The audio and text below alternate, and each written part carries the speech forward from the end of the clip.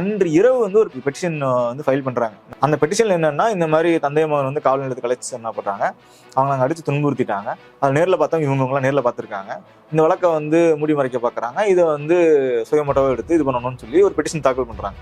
ஆனா அதுல எந்த ஃபோன் நம்பரும் கிடையாது. அதனால ஒரே ஒரு நமக்கு அதுல இருந்து க்ளூ என்ன கிடைச்சதுன்னா, நேர்ல பார்த்தவங்க யாருன்ற பேர் மட்டும் இருக்கு. ஜட்ஜு கிட்ட அடிச்சாங்கன்னு சொல்லு அப்படின்னா, அது ஜெயராஜ் சொல்லியிருக்காரு, இல்ல சொல்லக்கூடாதுன்னு சொல்லியிருக்காங்க. சொன்னா வந்து வெளியே அம்மா இருக்காங்க, என்ன நான் இப்ப இருந்தாலும் உள்ளதான் போவேன், என்னை கொள்ள இது பண்ணிடுன்னு சொல்லிட்டாங்க, அம்மா வெளியே வந்து தனியா கஷ்டப்படுவாங்க, அதனால நான் சொல்லல அப்படின்ட்டு அந்த மாதிரியான சூழல் தான் இருந்திருக்கு. High court monitored investigation.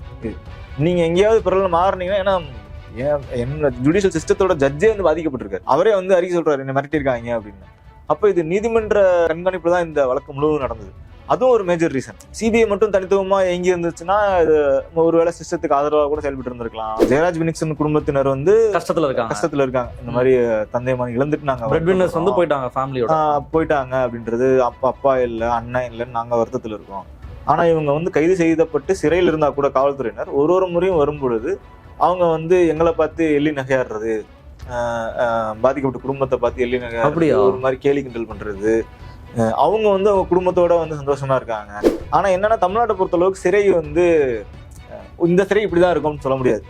உதாரணத்துக்கு புழல் சிறையோட தன்மை வேற, பாளையங்கோட்டை சிறையோட தன்மை வேற, இருக்கும். அந்தந்த ஊருக்கு ஏத்த மாதிரியான அந்தந்த இதுக்கு அங்க வர சூப்பரண்டுக்கு ஏத்த மாதிரியான சூழல் மாதிரி இருக்கும். அப்ப சிறையில என்ன நடந்தது அப்படின்றது சிறையில இருக்கவங்கள்ட்ட பேசியிருப்பாங்க. சிறையில ஜெயிலர் அவர் உள்ள வர்றப்ப அவரு சொல்லணும், இல்லைங்க உள்ள வர்றப்ப இந்த காயத்தோட தான் வந்தாருன்னு அவரு ஆமான்னு சொல்லணும். இல்லைங்க உள்ள வர்றப்ப காயம் இல்லை அப்படின்னு சொன்னாருன்னா, அப்போ போலீஸ் அடிக்கலன்றாரு, அங்கேயே முடிஞ்சு போயிடும். ஸ்ட்ராங்கா இருங்க, ஒன்றும் பிரச்சனை இல்லை, ஏதாவது ஃபேஸ் பண்ணிக்கலாம், ஏதாவது வந்துச்சுன்னா சொல்லுங்க, வேற ஏதாவது இந்த மாதிரி மிரட்டல் வருதோ இல்லை ஏதாவது திட்டு இருந்தாலும் சொல்லுங்க, நம்ம பேசிக்கலாம், ஃபேஸ் பண்ணிக்கலாம், நீங்க எதுக்கும் பயப்படாதீங்க அப்படின்னாங்க. அது வந்து ஒரு பெரிய சப்போர்ட்டா இருந்தது அந்த நேரத்துல. இந்த மாதிரி இதுக்கு முன்னாடி நிறைய கஸ்டடியல் டார்ச்சர்ஸ் பார்க்க சொன்ன மாதிரி கோயம்புத்தூர்ல எழுதியிருக்கோம், சென்னை வந்ததுக்கு அப்புறமா எழுதியிருந்திருக்கோம். தொடர்ச்சி இந்த வழிமுறை தான் அணுகிறோம், இந்த வழிமுறையில எழுதுறோம். ஆனா அதுல எல்லாமே வந்து இந்த வீரியம் வந்து முன்ன பின்ன இருந்திருக்கலாம், அந்த சித்திரவதைக்கான வீரியம் வந்து முன்ன பின்ன இருந்திருக்கும். இதுல வந்து சித்திரவதை வந்து நம்ம உச்சபட்சம் அப்படின்றப்போ நம்மளுக்கு ஹேண்டில் பண்றதுக்கு ஹெவியா இருக்கு. அரண்சை நண்பர்களுக்கு வணக்கம். அரண்சை ஊடகம் சுயேட்சையாக இயங்குவதற்காகவே உருவாக்கப்பட்டது. நாம் செய்கிற வேலை உண்மையிலேயே மக்களுக்காக செய்கிறோம் என்பதை நீங்கள் நம்பினால், வாய்ப்பு இருந்தால் இந்த ரேசர் பே கியூஆர் கோடுக்குள்ளே நீங்கள் வந்து அதை ஸ்கேன் பண்ணி எங்களுக்கு உங்களால் இயன்றதை விருப்பம் இருந்தால் ஆதரவு தெரிவிக்கலாம். வணக்கம், இது அரண்சை, நான் தேவாபாஸ்கர். நீங்கள் பார்த்து கொண்டிருப்பது டீப் டைவ் பாட்காஸ்ட். இன்னைக்கு எபிசோட்ல சாத்தான்குளம் வழக்கு தொடர்பாக தான் பேச இருக்கோம். எல்லாரும் பார்த்துருப்பீங்க, சாத்தான்குளம் வழக்குல நீதிமன்றம் தீர்ப்பளிச்சிருக்காங்க, மரண தண்டனை விதித்து நீதிமன்றம் தீர்ப்பளிச்சிருக்காங்க. என்ன நடந்தது, இந்த வழக்கினுடைய அந்த முழு டிராவல் என்ன அப்படின்றதான் இந்த எபிசோட்ல நம்ம இன்னைக்கு பேச இருக்கோம். யார் கூட பேச இருக்கோம் அப்படின்னா, பத்திரிகையாளர் பிரபாகர் தமிழரசு கூட தான். வணக்கம். வணக்கம் பாஸ்கர். என்னுடைய முதல் கேள்வி என்ன அப்படின்னா, 2020 ஜூன் மாதம் ஜெயராஜ் ஃபெனிக்ஸினுடைய இந்த மரணம் அப்படின்றது நடக்குது. அந்த டைம் வந்து எனக்கு கொஞ்சம் ஞாபகம் இருக்கு. அந்த கேஸ் கொஞ்சம் கொஞ்சமா பில்டப் ஆனது. குறிப்பா எனக்கு தெரிஞ்சு சுச்சி ஒரு வீடியோ போட்டாங்கன்னு நினைக்கிறேன், இங்கிலீஷ்ல பேசி ஒரு வீடியோ போட்டிருந்தாங்க. அது இன்டர்நெட் முழுக்க வைரலாகி ஒரு மிகப்பெரிய பேசு பொருளாக மாறுனுச்சு. இப்ப எனக்கும் அந்த வழக்குக்குமான தொடர்பு அப்படின்றது, நான் ஒரு அவுட் சைடரா தான் பாக்குறேன். அந்த கேஸை என்ன நடந்துட்டு இருக்குன்னு தெரியாது. ஒரு மர்டர் நடக்குது, கஸ்டோடியல் டார்ச்சர், எல்லாருமே பயப்படுறாங்க. ஊரடங்கு சமயத்தின் பொழுது கொஞ்ச நேரம் கடையை எக்ஸ்ட்ரா திறந்துட்டாங்க, இவ்வளவு பெரிய தாக்குதலா, போலீஸ் என்ன மிருகமா மாறிட்டாங்களான்ற அளவுல பேச்சா நடக்குது. கொஞ்சம் கொஞ்சமா பில்டப் ஆகி அது பூம் ஆகிறத பார்க்க முடிஞ்சது. அதுக்கப்புறம் ஃபாலோலாம் பண்ணல. இதுதான் எனக்கும் அந்த கேஸுக்குமான தொடர்பு. உங்களுக்கும் அந்த வழக்குக்குமான தொடர்பு அப்படின்றது என்ன? ஃபெடரல்ல வந்து ஸ்டேட் கரஸ்பாண்டன்ட்டா வேலை பார்த்துட்டு இருக்கோம். அப்போ எல்லாவது மாதிரி கொரோனா சமயம்ன்றனால அப்போ நானும் வந்து ஊர்ல தான் இருந்தோம். கோயம்புத்தூர். நீங்க பேஸ்ட் ஆன் கோயம்புத்தூர். அம்மா அப்பாலாம் அங்க இருக்கலாம், அங்க இருந்தோம். அங்க இருக்கப்ப இந்த தகவல் வருது. ஆக்சுவலி 22ஆம் தேதி தான் நமக்கு தகவல் தெரிய வருது. 22ஆம் தேதி காலையில வாக்குல தகவல் தெரிய வருது. ஆனா முழுமையா தகவல் தெரியுது 22ஆம் தேதி என்னன்னா, தந்தை மகன் 2 பேர் வந்து சிறையில இறந்துட்டாங்க அப்படின்னு மட்டும் தான் தெரியும். ஏன் சிறையில இறந்தாலே அது கஸ்டோடியல் டெத்து தான். அது காரணம், அது வந்து இயற்கை மரணமா இருக்கலாம், அல்லது வந்து இயற்கைக்கு மாறான மரணமா இருக்கலாம். ஆனா ஒரு சிறையில இருக்காங்க, அது வந்து காவல் நிலையத்திலிருந்து காவல் நிலைய செல்ல இருந்து இருந்தாலும் அது வந்து கஸ்டோடியல் டெத்து தான். நீதிமன்ற காவல்ல வந்து சிறையில இருந்து இருந்தாலும் அது வந்து கஸ்டோடியல் டெத்து தான். அப்படி சிறையில இருந்து 2 பேர், தந்தை மகன் 2 பேர் இறந்துட்டாங்க அப்படின்றப்ப, தந்தை மகன் 2 பேருக்கும் எப்படி உடம்பு சரியில்லாம போகும்? இந்த மாதிரியான லாஜிக்கல் கேள்விகள் தான் இருந்துட்டே இருக்கு. அதை பத்தின எந்த செய்தியும் வரல. டிவி சேனல்ஸ்ல என்ன போடுறாங்கன்னா, உறவினர்கள் வழக்கமா எந்த ஒரு எல்லா செய்திகளுக்கும் ஒரு போராட்டம் இருக்கும், அல்லது இந்த மாதிரியான ஒரு கஸ்டோடியல் டெத்னாலே பாடியை வாங்க மாட்டோம் அப்படின்னு சொல்லி ஒரு போராட்டம் death இருக்கும், அல்லது வேற மரணங்கள் சூசைட்ல கூட சிலர் நடந்திருக்கும். உண்மை சொல்ல மாட்டேன், சூசைட கூட வந்து மர்டர்னு சிலர் கிளைம் பண்ணிட்டு வாங்காம இருப்பாங்க. அந்த மாதிரியான அப்படிதான் போராட்டங்கள் நடந்துகிட்டே இருக்கு. அப்போ இது கஸ்டோடியல் டெத் அப்படின்றது எல்லாரும் எழுதியிருக்காங்க. எல்லாரும் அடுத்த நாள் காலையில் எல்லா பேப்பர்லயும் வருது. ஆனா காலையில் வரக்கு முன்னாடி இன்னைக்கு காலையில சம்பவமே நடக்குதுன்னா பேப்பர்ல வரக்கு வாய்ப்பு இல்லை. டிவி சேனல் வெறும் போராட்டத்தை மட்டும் கவர் பண்ணிட்டே இருக்காங்க. எதுலயும் எந்த க்ளூஸும் கிடைக்கல. அன்றைக்கு மாலை 6 மணிக்கு MK அனந்த் அவர் பேரு, டைம்ஸ் ஆஃப் இந்தியா ரிப்போர்ட்டர். அவர் வந்து ஒரு குட்டி ஆர்டிகிள் ஒன்று போடுறாரு. அதுல வந்து பாசிங் ரெஃபரன்ஸா ஒரு இடம் விட்டு வைக்கிறாரு. அவங்களோட பிரைவேட் பார்ட்ல காயங்கள் இருந்ததாக சொல்லப்படுகிறது அப்படின்னு ஒரு வரி போடுறாரு. அவர் MK அனந்த் வந்து கோயம்புத்தூர் ஹிந்து பத்திரிகையில முதல்ல பணியாற்றுறப்போ நானும் அவரும் 2 பேரும் சேர்ந்து கிரைம் ரிப்போர்ட்டரா இருந்திருக்கோம். அவரும் கிரைம் பார்த்தாரு, நானும் கிரைம் பார்த்துட்டு இருந்தேன். அவரு மதுரை, தூத்துக்குடி, திருநெல்வேலி அந்த ரீஜன் பார்த்துருந்தேன். அதுக்கப்புறம் மதுரை COBயாவும் இருந்தார் டைம்ஸ் ஆஃப் இந்தியாவில். அவர் இது போட்டேன்னா உடனே அவருக்கு நான் கால் பண்ணேன், இந்த மாதிரி பாசிங் ரெஃபரன்ஸா ஒன்று போட்டிருக்கீங்களே அப்படின்னு. அவர் வந்து இல்ல, அது வந்து நம்ம உறுதிப்படுத்த முடியல, என்ன நடந்ததுன்னு உறுதிப்படுத்த முடியல, ஆனா இப்படிதான் நடந்திருக்கு, இப்படிதான் இருக்குன்னு சொல்றாங்க, அதனால எந்த இடம் அப்படின்னு மென்ஷன் பண்ணா பிரைவேட் பார்ட்னு போட்டிருக்கோம், பட் ஆனா இது ஒர்க் பண்ணணும். இன்னைக்கு அந்த நடந்த அன்னைக்கு கொலை, அந்த சம்பவம் நடந்த அன்னைக்குன்றனால எல்லாம் பரபரப்பா இருக்காங்க, யாரையுமே பிடிக்க முடியல அப்படின்னாரு. சரி ஓகே, அப்ப நம்மளுக்கு எல்லாரும் ரிமோட்ல இருக்கோம். அவர் வந்து நடந்தது தூத்துக்குடியில, அவர் கன்னியாகுமரியில இருக்காரு. ஓகே, நீங்க கோயம்புத்தூர்ல இருக்கேன். அங்க ரிப்போர்ட்டர் ஸ்பாட், அந்த மாவட்டத்துக்கான ரிப்போர்ட்டர்கள் நிறைய பேர் இருக்காங்க. அப்ப யாரு பிடிக்கணும், எல்லாம் போராட்டம் ஆர்ப்பாட்டம்ன்றனால யார் சொந்தக்காரங்க, யார் நண்பர்கள், யார் கூட இருந்தாங்கன்னு களத்துல இருக்க ரிப்போர்ட்டருக்கும் கஷ்டம் இல்ல. ஒரு ஒரு ஒரு துக்கம் வீட்டுல போய் வந்து என்ன எப்படி நடந்ததுன்னு சொல்லுங்கன்னு கேட்கவும் முடியாது, என்ன நடந்து யாரையும் பிடிக்கவும் முடியல. இதுக்கெல்லாம் நடுவுல கொரோனாவும் இருக்கு. கொரோனால யாரும் வர முடியாது, வெளியே பயணிக்கிறதும் சிரமம், இந்த மாதிரியான சூழல் இருக்கு. அந்த பாஸ் எல்லாம் வாங்கிட்டு டிஸ்ட்ரிக்ட் அப்படிதான் போகணுன்ற சூழல் இருக்கு. இன்னொன்னு, அவங்க வீட்லயும் யாரும் இல்ல. நீங்க ஒருவேளை ஒரு செய்தியாளர் யாரை போய் தேடுவாங்க அப்படின்னா, இறந்தவங்களோட குடும்பத்தினர் யார் இருக்கா, அவங்க என்ன சொல்றாங்க. அவங்க வீட்டுல யாரும், அவங்க அம்மா மட்டும்தான் இருக்காங்க. இது வந்து தந்தை மகன் 2 பேரு, அவங்க கூட அவங்க அம்மா இருக்காங்க. கூட பென்னிக்ஸோட அம்மா இருக்காங்க. ஜெயராஜோட ஒய்ஃப். ஜெயராஜ் அவரோட மனைவி, பென்னிக்ஸோட பையன், 3 பேர் தான் இருக்காங்க. பென்னிக்ஸ்க்கு 3 அக்கா இருக்காங்க. ஓகே, 3 பேருக்குமே திருமணம் ஆயிருது. 3 பேரும் ஒவ்வொரு ஊர்ல இருக்காங்க. ஒருத்தர் மும்பை, ஒருத்தர் கோவை, ஒரு சென்னை, பல்வேறு இடங்கள்ல இருக்காங்க. அவங்க எல்லாரும் அவங்க தகவல் தெரிஞ்சா அவங்களே வந்து. இவங்க ஒய்ஃப் என்ன ஆனாங்க, ஜெயராஜோட மனைவி என்ன? ஜெயராஜ் மனைவி அவங்க ஊர்ல தான் இருக்காங்க, வீட்டுல தான் இருக்காங்க. அவங்க வீட்டுல தான் இருந்திருக்காங்க. ஆனா அவங்களுக்கு இந்த தகவல் தெரியாது, எதுவுமே தெரியாது. மரணம் அடைஞ்சு நியூஸ்லாம் வெளியே வந்ததுக்கு அப்புறம் கூட எதனால என்னன்னு தெரியாது. இந்த காயங்கள் அவங்களுக்கு சமீபத்துல நான் பேசுறப்ப வரைக்கும் என்ன மாதிரியான காயங்களாச்சு, என்ன நடந்தது, காவல் நிலையத்துல இது பண்ணிட்டு போனாங்க, ஏதோ நடந்துச்சு, காவல் நிலையத்துல சித்திரவதை நடந்திருக்கு, அது இறந்துட்டாங்கன்றதான் தெரியுமே ஒழிய டீடைல்ஸ் என்னன்னு அவங்களுக்கு சமீப கால வரைக்கும் தெரியாது. ஆனா கொஞ்சம் கொஞ்சமா செய்தியில அங்கங்கன்னு காதுல படுறது, பேசிக்கிறது, அதன் மூலியமா ஓகே இந்த மாதிரிலாம் நடந்திருக்கும்ன்ற ரொம்ப பின்னாட்கள்லாம் தெரியும். 6 வருஷங்கள்ல தான் அவங்களுக்கு கொஞ்சம் கொஞ்சமா தெரியும். இப்ப இடத்துல முழுமையா தெரிஞ்சிருக்கும். அந்த நேரத்துல இப்ப அவங்களுக்கும் தெரியாது, யார் கூட்டு போனா, எங்க கூட்டு போனாங்க, எங்க வச்சு அடிச்சாங்க, என்ன எதுவுமே அவங்களுக்கும் தெரியாது. ஸோ பத்திரிகையாளர்களுக்கு அந்த அசஸும் கிடையாது. அன்றைக்கு இரவு என்ன நடக்குதுன்னா, ஒரு வழக்கறிஞர் வந்து மதுரை உயர்நீதிமன்றத்துல ஒரு வழக்கு தாக்கல் பண்றாரு. அந்த வழக்குல என்னன்னா, வழக்குல வந்து இவங்கெல்லாம் சாட்சிகளா அது என்னன்னா, இந்த மாதிரி காவல்துறை வந்து இந்த வழக்கை மூடி மறைக்க பாக்குது, இந்த வழக்குல உரிய நியாயம். அப்போ ரியாக்ஷன்லாம் ஞாபகம் இருக்கு அவங்களுக்கு, கவர்மெண்ட் என்ன சொல்லிட்டு இருந்தாங்க அந்த நேரத்துல? அன்னைக்கு எனக்கு விவிடா ஞாபகம் இருக்குதுன்றது வந்து ஒரு என்ன சொல்றது, கொரோனா இருந்தது அவங்களுக்கு, கொரோனா இருந்ததுனால இறந்து போயிட்டாங்கன்ற மாதிரி தகவல் அந்த மாதிரிலாம் எனக்கு ஞாபகம் இருக்கு. அது எல்லாமே பின்னால, அதாவது இந்த இது எல்லாமே வந்து முதல் நாள் எதுவுமே நடக்கல. முதல் நாள் வந்து வெறும் போராட்டங்கள், அங்க லோக்கல்ல இருக்க குடும்பங்கள் எண்ணிக்கையும் கம்மி தான், யாரோட வாய்ஸும் எடுபடாது வேற. ஏன்னா நேரடி குடும்பம் இல்ல, அங்க இருக்க நண்பர்கள். தூத்துக்குடி டவுனா? ஆமா டவுன்ல, அந்த சாத்தங்குளம் சுற்றோட. அப்ப ஆட்கள் இல்ல, டைரக்ட் ரெப்ரசன்டேஷன் கிடையாது. என் குடும்பத்தை சேர்ந்தவங்க வந்து பேசுறாங்கன்னா அதோட இது வேறையா இருக்கும். சோ அவங்களும் வாய்ந்த குடும்பம் கிடையாது, சண்டை போடுற அளவுக்கு ஒரு வலிமை அவங்க இருந்திருப்பாங்க. அவங்களும் இல்ல, குடும்பம் இருந்தா அவங்களால வந்து சொந்தக்காரங்களை கூப்பிட்டு மற்றவங்க எல்லாம் கூப்பிட்டு, ஆனா சொந்தக்காரங்களே இல்ல, அவங்களே யாரும் அந்த இடத்துல இருந்தப்போ அன்னைக்கு ஒரு நாள் முழுக்க, அன்னைக்கு காலையில இருந்து மாலை வரைக்கும் கூட, இரவு முழுக்க வரைக்கும் கூட ஒன்றும் பெருசா எடுக்க முடியாது. அவங்களும் டிராவல்ல வந்துட்டு இருப்பாங்க, எல்லாம் ரோட் டிராவல் தான். சோ அந்த நேரம் முழுக்க வந்து என்ன நடந்தது அப்படின்ற இது எல்லாமே நீங்க சொல்றது அந்த ஃபர்ஸ்ட் டே நீங்க அவர் இறந்த பண்றதுக்கான. ஆமா, அவங்க இறந்த அன்னைக்கு சாயங்காலம் இது மட்டும் தெரியுது. அன்று இரவு வந்து ஒரு பெட்டிஷன் வந்து ஃபைல் பண்றாங்க, உயர்நீதிமன்ற கிளை, மதுரை கிளையில ஃபைல் பண்றாங்க. அந்த பெட்டிஷன்ல என்னன்னா, இந்த மாதிரி தந்தை மகன் வந்து காவல் நிலையத்துக்கு அழைச்சு என்ன பண்றாங்க, அவங்க நாங்கள் அடிச்சு துன்புறுத்திட்டாங்க. அது நேரில் பார்த்தா இவங்கலாம் நேரில் பார்த்துருக்காங்க. இந்த வழக்கை வந்து மூடி மறைக்க பார்க்குறாங்க. இதை வந்து சுயமட்டவாக எடுத்து இது பண்ணணும்னு சொல்லி ஒரு பெட்டிஷன் தாக்கல் பண்றாங்க. ஆனா அதுல எந்த ஃபோன் நம்பரும் கிடையாது. அதனால ஒரே ஒரு நம்மளுக்கு அதுல இருந்து க்ளூ என்ன கிடைச்சதுன்னா, நேரில் பார்த்தவங்க யாருன்ற பேர் மட்டும் இருக்கு. அவங்க என்ன ஊரு, அவங்க ஜெயராஜோட உறவினரா, அல்லது அங்கே கடை வச்சிருக்காங்களா, இல்லை பென்னிக்ஸோட உறவினரா, அங்கே கடை வச்சிருக்காங்களா, எந்த தகவலும் இல்லை. வெறும் பேர் இருக்கு. ராஜா, ராஜ்குமார், வினோத் அப்படின்ற மாதிரி இவங்கெல்லாம் அங்கே காவல் நிலையத்தில் இருந்தாங்க, பார்த்தாங்க அப்படின்ற மட்டும் இருக்கு. இந்த பெட்டிஷன் காப்பி வந்து வழக்கு தாக்கல் பண்ணாங்கன்ற மட்டும் செய்தியை பார்த்துட்டு நண்பர்கள் 2 பேருக்கு குறிப்பாக சொல்லணும்னா, நம்ம சதீஷ்னு சொல்லி அப்போ நியூஸ் 18ல இருந்தாருன்னு நினைக்கிறேன். அது முன்னாள் நியூஸ் 18 செய்தியாளர் அவரும், அப்புறம் இப்போ நியூ இண்டியன் எக்ஸ்பிரஸ்ல பத்திரிகையில இருக்க அங்கே ஹைகோர்ட் ரிப்போர்ட்டர் ஜெகதீஸ்வரி பாண்டியன் அப்படின்னு, இவங்க 2 பேர்த்தையும் இந்த பெட்டிஷன் காப்பி வேணும்னு கேட்குறேன். பெட்டிஷன் காப்பியை அவங்க கொடுத்துட்டாங்க. அந்த பெட்டிஷன் காப்பியை வச்சதுக்கு அப்புறம் இப்போ தூத்துக்குடின்னு தெரியுது. தூத்துக்குடியில சாத்தாங்குளம். ஆனா நம்மளுக்கு வேற யாரையும் தெரியாது. அங்க இருக்க செய்தியாளர்கள்ட்டையும் பேசுறோம். அங்க இருக்க தூத்துக்குடி மாவட்டத்தில் இருக்க பல்வேறு செய்தி சேனல்களோட செய்தி நிருபர்கள் செய்தியாளர்கள்லாம் பேசுறோம். ஆனா யாருக்குமே வந்து இல்ல இப்படி யாருமே எனக்கு தெரியல. நான் பேர்லாம் சொல்றேன், இந்த பேர்ல யாராவது கான்டாக்ட் இருக்கான்னு பாருங்க, இந்த பேர்ல அங்க யாரா இருக்கான்னு செக் பண்ணுங்கன்றோம். அவங்களுக்கு யாராலையும் பிடிக்க முடியல. அப்ப என்ன நடக்குதுன்னா, அடுத்த அன்னைக்கு நைட்டு முடிஞ்சிருச்சு. ஸோ அன்னைக்கு நைட்டு பேச முடியாதுன்னு ஆயிடுச்சு.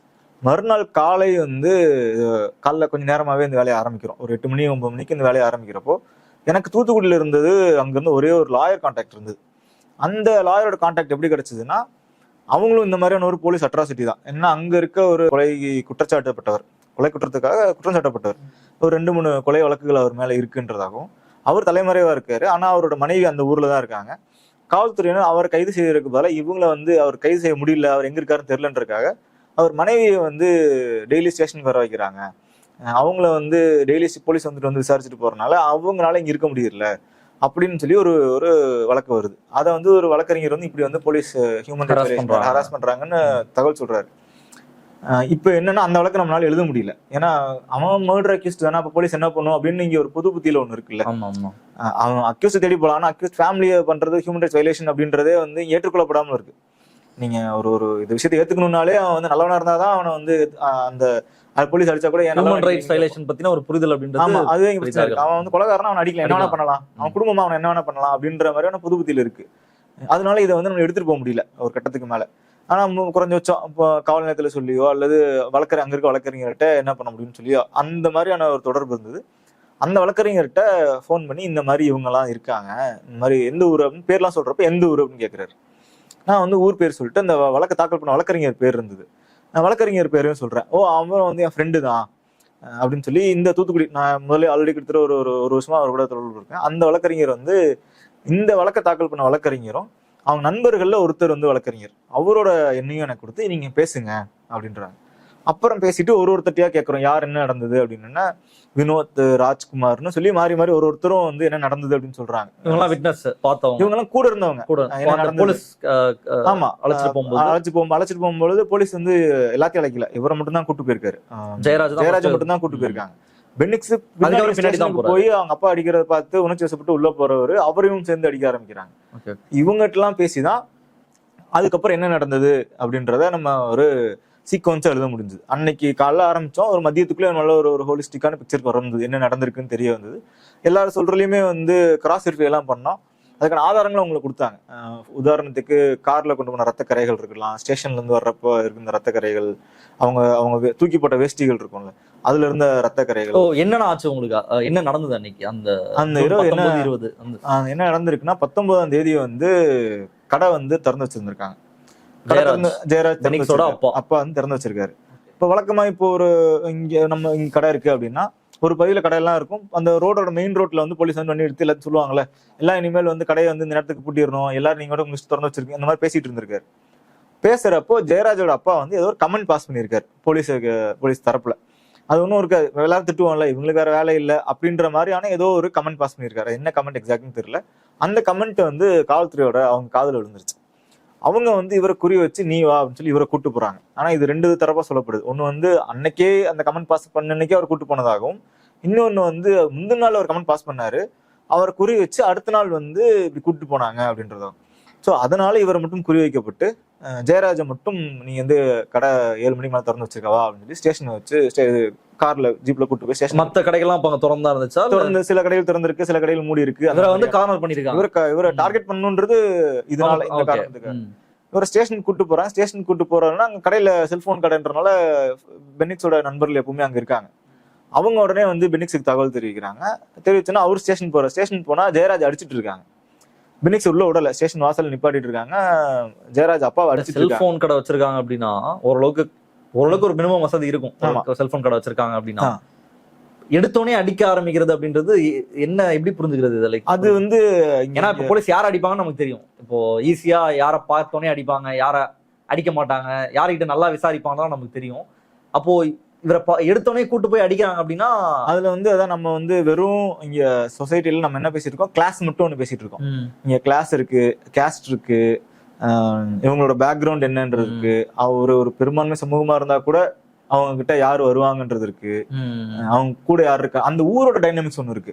சிலர் வந்து பெரும்பான்மை சமூகமா இருப்பாங்க, ஆனா அந்த ஊர்ல அவங்க சிறுபான்மையா தான் இருப்பாங்க, சிறுபான்மை சமூகமா இருப்பாங்க, எண்ணிக்கையில குறைவா இருப்பாங்க. அந்த சமூகம் வந்து இந்த சமூக படிநிலையில அவங்க வந்து காவல்துறை இருக்கிற சாதையும் நம்ம கணக்குல எடுக்கும். ஆமா, அதுவும் அதுல இருக்கு. அதெல்லாம் கூட அந்த நேரத்துல நிறைய பதிவு செய்யப்பட்டது. அந்த நேரத்தில் இவரை தாக்குறாங்க. இவர் வெளியே இருந்து வேடிக்கை பாக்குறாரு. பாத்துட்டு இருந்தவரு பெனிக்ஸ் சொல்லி நிக்கிறாரு. பார்த்தா நேச்சுரல் எல்லாத்துக்கும் கோவம் வரும்ல, எங்க அப்பா எதுக்கு அடிக்கிறீங்க 7 மணிக்கு மேல. அந்த கோவத்துல அவர் உள்ள போறாரு. போலீஸ் தடுத்துட்டு இருக்காங்க. அவங்க தள்ளி விட்டு போய் அவங்க அப்பா இது பண்ண போறாரு. அவங்க அப்பா அடிக்கிறவங்களும் தடுக்கிறாரு. தடுத்தனா போலீஸையே நீ தடுக்கிறியா அப்படின்னு சொல்லி அங்கிருந்த காவல் ஆய்வாளர்கள் எல்லாரும் இவரை கையை பிடிச்சிக்கிட்டு பெனிக்ஸும் சேர்ந்து அடிக்க ஆரம்பிச்சிருக்காங்க. இவங்க ஃப்ரெண்ட்ஸ் நண்பர்கள் எல்லாம் வெளியே கூட போனவங்க எல்லாம் இருந்துட்டு இவங்களும் கேட்டிருக்காங்க, நீங்க யாரும் பேசாதீங்க, இல்லாட்டி உங்களையும் கேஸ்ல இது பண்ணிடுவோம் அப்படின்லாம் மிரட்டிருக்காங்க. மிரட்டினாலும் இவங்க யாரும் உள்ளே போக விடல. இவங்க அங்க போலீஸ் ஸ்டேஷன் வாசலே தான் இருந்தாங்க எல்லாரும். அப்புறம் இவங்களை வந்து கீழே அடிச்சிருந்தோமா, அவங்களோட first floor ground floor first floor இருக்கு, மேலே கூட்டு போய் மேலே வச்சும் அடிச்சிருந்திருக்காங்க. அது ஸ்டோர் ரூம் மாதிரி யூஸ் பண்ணிட்டு இருந்திருப்பாங்க போல. அங்கேயும் கூட்டு போய் இரவு விடிய அடிச்சிருந்திருக்காங்க. அந்த சத்தம் முழுக்க 2 பேரையும், தந்தை மகன் இருவரையுமே, அதுல பல விஷயங்கள் விவரிக்க முடியாது, அந்த அளவுக்கு கொடூரமா தாக்கப்பட்டிருக்காங்க. அவங்க புட்டத்துல அடிக்கிறது, கைகால கட்டி வச்சு வாயில கட்டி வச்சு அவங்க புட்டத்துல வந்து இன்னும் கொடூரமாக இதெல்லாம் விவரிக்க முடியாத அளவுக்கான அந்த மாதிரியான விவரிக்க முடியாத அளவுக்கான தாக்குதல்கள் வந்து அதுல நடந்திருக்கு. அதுல விடிய நடந்ததுல ஒரு முறையுமே வந்து ஒரு இடைவெளிக்கு பிறகும் அந்த அவங்க கத்துற சத்தம் வந்து அந்த காவல் நிலையம் இருக்க பகுதிகளில் இருக்க மக்கள் வரைக்கும் நைட்டு கேட்டு இருந்திருக்கு. அந்த அளவுக்கான தொடர் தாக்குதல் நடந்திருக்கு. இதுல வச்சு ஸ்ரீதர் வந்து இரவு வந்தவர் வந்து கீழே அவரோட ரூமு, அவர் சொல்லியிருந்திருக்காரு, சத்தம் பத்தல அப்படின்னு, கேட்கல இன்னும் சத்தமா அப்படின்னு இருக்காரு. அதாவது இவங்க கத்துற சத்தம் வந்து பத்தல, இன்னும் சத்தமா அப்படின்னு இருக்காரு.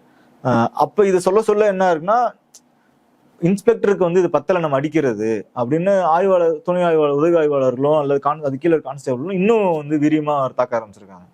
இது நடந்ததுல இரவு ஃபுல்லா அவங்களுக்கு புட்டத்துல இருந்து ரத்தம் வந்து வெளியேறிட்டே தான் இருந்திருக்கு.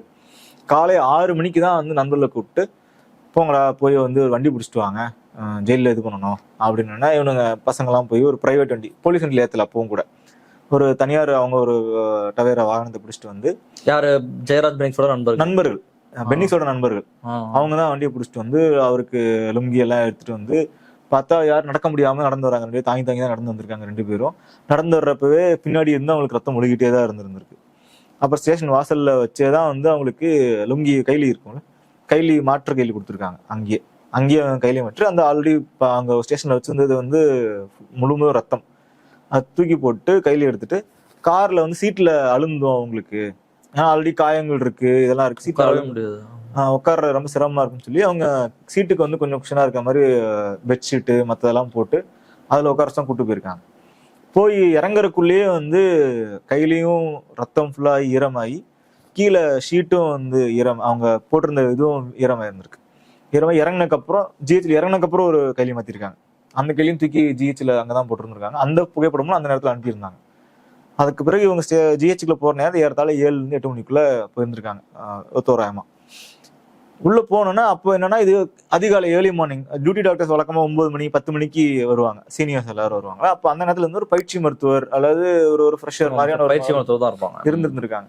அவங்க டெஸ்ட் பண்ணிட்டு அவங்களுக்கு இந்த நடைமுறை எல்லாம் தெரியாது, நடைமுறை தெரியாது இந்த சென்ஸ் போலீஸ் என்ன சொல்றாங்களோ அதை பண்ணிட்டு அது போயிடும். பண்ணும். அது அப்படியான நிலையில் இல்ல அவங்க. ஓ, அவங்க புரோட்டோகால் இருக்கும்ல, ப்ரெஷர் வந்து ஒரு உதாரணத்துக்கு 110 இருந்து 130 இருந்தாதான் அது வந்து சர்டிஃபிகேட் கொடுக்கணும், இந்த அளவுகோல் இவ்வளவு இருந்தாதான் அவங்களுக்கு வந்து ஃபிட்னஸ் சர்டிஃபிகேட் கொடுக்கணும்னு அவங்க ஒன்று இருக்கும்ல. அவங்க பார்த்துட்டு சரி ஃபிட்னஸ் சர்டிஃபிகேட் தர முடியாது, இது ரொட்டீனா இருந்துச்சுன்னா அவங்க பழகிடும், போலீஸ்காரர் அப்படிதான் கொண்டு வரோம் கொடுத்து விடுங்க அப்படின்றாங்க. அவங்க இவங்க புதுசு அப்படின்றனால சர்டிஃபிகேட் தர முடியாதுன்னு சொல்லி 7 மணில இருந்து 9 மணி 10 மணி வரைக்கும் 1 மணி நேரத்துக்கு ஒரு முறை வந்து காவல்துறையினர் வந்து ப்ரெஷர் பண்ணிட்டே இருந்திருக்காங்க. இப்ப டெஸ்ட் பண்ணுங்கன்னு ப்ரெஷர் குறையவே இல்லை. அவங்க கடைசியா டெஸ்ட் பண்ண வரைக்கும் ப்ரெஷர் குறையவே இல்லை. அதுக்கப்புறம் காவல்துறையினர் ஆய்வாளர் வந்து 9 மணிக்கு சீனியர் டாக்டர்ஸ் வந்துட்டாங்க.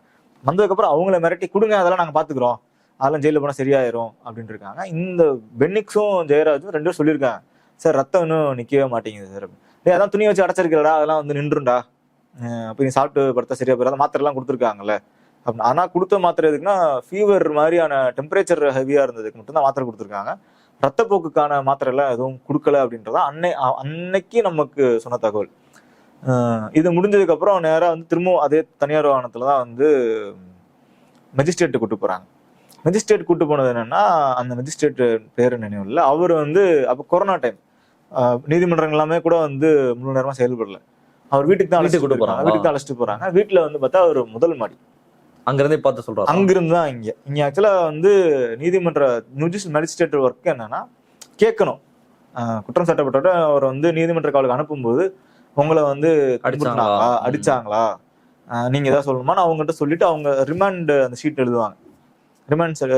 ஷீட் எழுதுறப்போ அதுல அவங்க வந்து குறிப்பிடணும், இந்த மாதிரி கேட்டப்போ தான் துன்புறுத்தப்பட்டதாக அவர் என்ன சொன்னாரோ அதை ரெக்கார்ட் பண்ணணும். அதை அப்படி கேட்கவே இல்லை அங்க, மேல இருந்து பண்ணிட்டாங்க. ஆமான்னு ஒரு சும்மா ஒரு ஃபார்மாலிட்டி கேட்பாங்களே, அந்த மாதிரியான ஃபார்மாலிட்டி கூட கேட்கல, கேட்டுருந்தாலும் சொல்லியிருக்க மாட்டாங்க.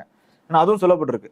ஏன்னா நண்பர்லாம் கூட கார்லயே தானே போறாங்க, அவங்க சொல்றாங்க ஜட்ஜி கேட்டா சொல்லிடுறா, ஜட்ஜி கேட்டா அடிச்சாங்கன்னு சொல்லு அப்படின்னா, அது ஜெயராஜ் சொல்லியிருக்காரு, இல்ல சொல்லக்கூடாதுன்னு சொல்லியிருக்காங்க, சொன்னா வந்து வெளியே அம்மா இருக்காங்க, என்ன நான் இப்ப இருந்தாலும் உள்ளதான் போவேன், என்னை இது பண்ணிடுன்னு சொல்லிட்டாங்க, அம்மா வெளியே வந்து தனியா கஷ்டப்படுவாங்க, அதனால நான் சொல்லல அப்படின்னு இருக்கா. அந்த மாதிரியான சூழல் தான் இருந்திருக்கு. ஒருவேளை இப்ப இவ்வளவு நெருக்கத்துல இருந்தா கூட சொல்லி இருந்திருக்க வாய்ப்பு இருக்கலாம். மேலே இங்கே இருக்கப்போ நீங்க என்ன நம்பிக்கையில சொல்ல முடியும் அப்படின்றது இருக்குல்ல. இன்னொன்னு கேட்கவும் இல்லை, அவரு பார்க்கவும் அப்படியே வந்து போலீஸ் சொன்னதை கேட்டு அப்படியே அனுப்பி இருந்திருக்காரு. இது ஏன் முக்கியம் அப்படின்னு சொல்றேன்னா, இப்ப சமீபத்தில் நடந்த கஸ்டடி டெத் நடந்திருக்குல்ல, ஆகாஷ் அவர் ஜுடிஷியல் மேஜிஸ்ட்ரேட் ரிமாண்டுக்கு அனுப்புறதுக்கு முன்னாடி அவங்க அந்த ஜுடிஷியல் மேஜிஸ்ட்ரேட் அவரோட ரிமாண்ட் ஷீட்ல முதல்ல வந்து அவங்க மென்ஷன் பண்ணியிருக்காங்க, இந்த மாதிரி அவர் சொல்றாரு, நான் வந்து இது பண்ணாங்க, தனியா வச்சு என் காலை உடைச்சாங்க, என்னால வழி தாங்க முடியாம நான் கத்துனேன், போலீஸ் வந்து என்னை வந்து தனியா ஒரு இடத்துக்கு கூட்டு போய் கல்லை வச்சு இதை வச்சு உடைச்சு என் காலை உடைச்சாங்க அப்படின்னு அவர் வந்து ஜுடிஷியல் மேஜிஸ்ட்ரேட் சொல்றாரு. ஜுடிஷியல் மேஜிஸ்ட்ரேட் அதை ரெக்கார்ட் பண்ணியிருந்திருக்காங்க. ஆகாஷ் மரணத்துல அவங்க அந்த ஜுடிஷியல் மேஜிஸ்ட்ரேட் நேம் கூட இருக்கு, நான் அவங்க பார்த்து சொல்றேன். அந்த ஜுடிஷியல் மேஜிஸ்ட்ரேட் ஒரு பெண் ஜுடிஷியல் மேஜிஸ்ட்ரேட், அவங்க அதை கிளியரா ரெக்கார்ட் பண்றாங்க. இப்ப ஆரம்பத்துல இருந்தே இது கேஸ் மெரிட் ஃபார் கேஸ். இப்ப அவர் இறந்ததுக்கு அப்புறம் கூட துன்புறுத்ததுக்கான இறந்தாரு அப்படின்றதுக்கான எந்த ரெக்கார்டும் இல்லாம இருந்திருக்கும்ல. இப்ப இந்த ஆகாஷோட வழக்குல வந்து அது ஸ்ட்ராங்கா இருக்கும். இங்க ஏன் வந்து காம்ப்ளிகேஷன் ஆச்சுன்னா, அப்படி எங்கேயுமே வந்து டாக்டரே கிளீன் பண்ணிட்டாங்க. இங்க வழக்கு வந்து நாங்க நைட்டு கைது பண்ணி 24 மணி நேரத்துல வந்து நீதிமன்ற காவலுக்கு ஒப்படைக்கணும். நைட்டு கைது பண்ணி நாங்க வந்து காலையில நீதிமன்றத்தில் ஒப்படைச்சிட்டோம், கிளீன் ஷீட், டாக்டரு கிளீன் பண்ணிட்டாரு, டிக் கொடுத்துட்டாரு. இவங்க எங்க மாட்டுவாங்கன்னா, பிரிசனுக்குள்ள என்டர் ஆகும் பொழுது அங்க எழுதணும், அங்க ஃபிட்னஸ்லாம் செக் பண்ணணும். ஃபிட்னஸ்னா எவ்வளவு உடல்ல வந்து மச்சம், தழும்பு, காயம் அப்படின்லாம் எழுதுறப்போ அதுல எழுதியிருக்காங்க, குறிப்பிட்டிருக்காங்க.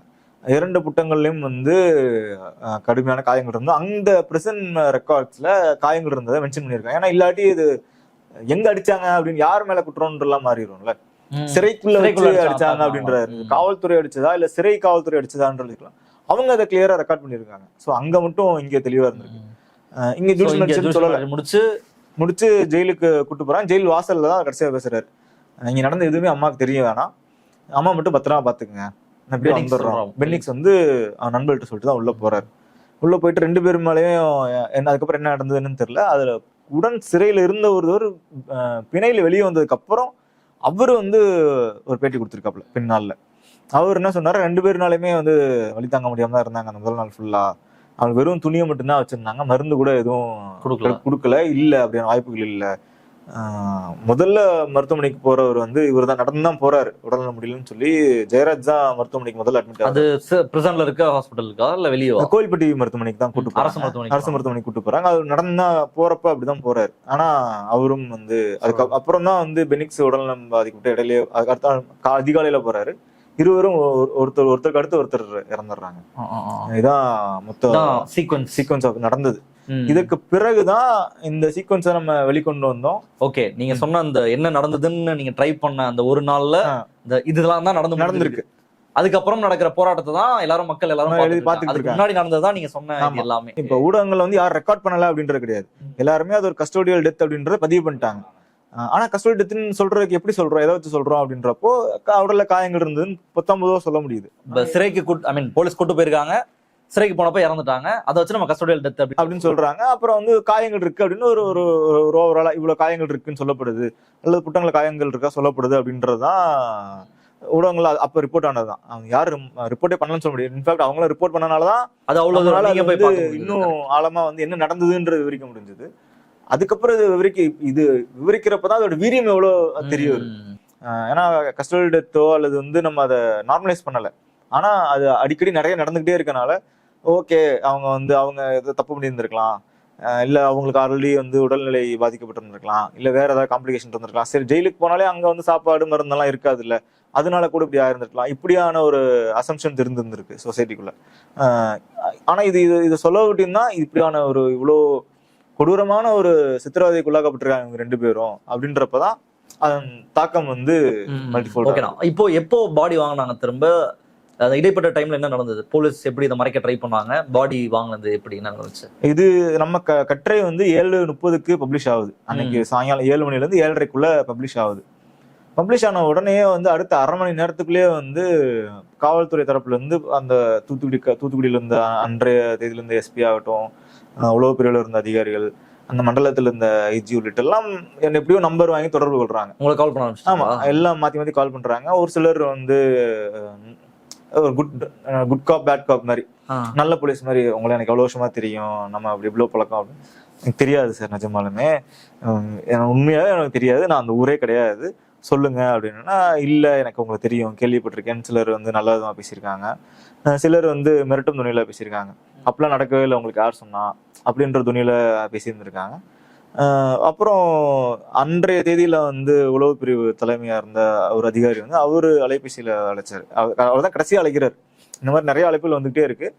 ஒரு அழைப்பு வந்து அவர் தான் கடைசி அழைப்பு வருது. அவரு வந்து ஜென்யூனா சொன்னாரு, தம்பி இந்த மாதிரி நான் அவங்களோட படித்தேன், அதில் வந்து நாங்களும் இன்டெலிஜென்ஸ் இருக்கு, நம்மளுக்கும் உலகத்துலேருந்து தகவல்லாம் வரும், நீங்கள் சொன்ன எழுதியிருக்கல் எதுலையுமே நாங்கள் வந்து தப்புன்னு சொல்லலை, எல்லாமே ஃபேக்சுவலி கரெக்டு. இன்னும் சொல்லணும்னா அதை விட ஜாஸ்தியாக நடந்திருக்கு, நான் அதெல்லாம் வந்து மாற்றுக்கிறது சொல்லலை. நான் ஒரே ஒரு ரெக்வஸ்ட் தான் வைக்கிறேன், நான் வந்து உங்களை இதெல்லாம் பண்ண வரல, ஒரு ரெக்வஸ்ட்டாக கேட்குறேன், இந்த ஆர்டிக்கிள் மட்டும் ஒரு 12 hours இல்லை அடுத்த நாளைக்கு காலைல 9 மணி வரைக்கும் கூட வந்து நீங்கள் 9 மணிக்கு மேலே எப்போ வேணா போட்டுக்கோங்க, 9 மணி வரைக்கும் மட்டும் வந்து எடுத்துருங்க இந்த ஆர்டிக்கல். ஏன்னா ரொம்ப ப்ரெஷரா ஆல்ரெடி அங்க கொதிநிலையில் இருக்காங்க. இது வந்ததுக்கு அப்புறம் இப்போ இன்னும் வந்து ப்ரெஷர் ஜாஸ்தியா இருக்கு, ஆல்ரெடி பாடி வாங்க மாட்டேன்னு சொல்றாங்க, நீங்க எடுத்துட்டீங்கன்னா நாங்க நாளைக்கு காலையில நைட்டை கன்வின்ஸ் பண்ணி காலைல பாடி வாங்க வச்சிருவோம், அதுக்கப்புறம் நீங்க போட்டீங்கன்னா எங்களுக்கு பிரச்சனை கிடையாது, அதுக்கப்புறம் நீங்க போட்டுக்கோங்க, நான் எதுவும் சொல்லலை அப்படின்றாரு. அப்ப நம்ம வந்து இல்ல சார், அது சாத்தியம் இல்லை, அதுல ஏதாவது தப்பு இருக்கு, உங்க தரப்பு விளக்கம் ஏதாவது கொடுக்கும், நான் வந்து கேட்டதுலதான் எழுதியிருக்கோம், நம்மளா எதுவும் அசம்ஷன் எழுதல, நேர்ல பார்த்தவங்க சொன்னதை பேசினதான் எழுதியிருக்கோம், நம்ம அதுல ஏதாவது உங்க தரப்பு விளக்கம் கொடுக்கணும்னு இருந்ததுன்னா அதையும் ஆட் கூட பண்ணி அதை சேர்த்தலாம், நம்ம விளக்கத்தை சேர்த்தலாம், நம்ம காவல்துறை விளக்கம் இதான் சொல்றாங்கன்னு, ஆனா கட்டுரை எடுக்க முடியாது அப்படின்றது. அப்ப நானா ஏதோ வயசு அப்ப வேற கம்மி, 6 வயசுன்னா எவ்வளவு, ஒரு 25 வயசு 26 வயசு இருந்திருக்கும், ஏதோ தைரியத்தில் சொல்லிட்டோம். சொன்னோன்னா ஒரு இல்ல நான் அப்போ உங்க மேல பேசிக்கிறேன் அப்படின்னு சொல்லிட்டு போனை வச்சிடறாங்க. அப்புறம் நம்மளும் எடிட்டர்கிட்ட அலுவலகத்தில் இருக்குன்னு சொல்லணும்ல, சொல்றப்ப அது ஒன்றும் பிரச்சனை கிடையாது, நீ கரெக்டாக தான் சொல்லியிருக்க, இது ஸ்டாண்டர்ட் கிரவுண்ட், நம்ம அதுலேயே நிற்போம், ஒன்றும் பிரச்சனை கிடையாதுன்னு அலுவலகத்திலும் இருந்தாங்க. இன்னொன்று அந்த நேரத்தில் ஏதாவது சிலர் கைது மிரட்டல்கள்லாம் வந்தது, அவங்கள வந்து இது பண்ண சொல்லியிருக்காங்க, எங்கே இருக்கீங்க, எந்த ஊரில் இருக்கீங்க அப்படின்னு, அதெல்லாம் வேண்டியது இல்லை, சொல்லணுன்றதுல என்ன விஷயம்னு சொல்லுங்க அப்படின்லாம் பேசணும்.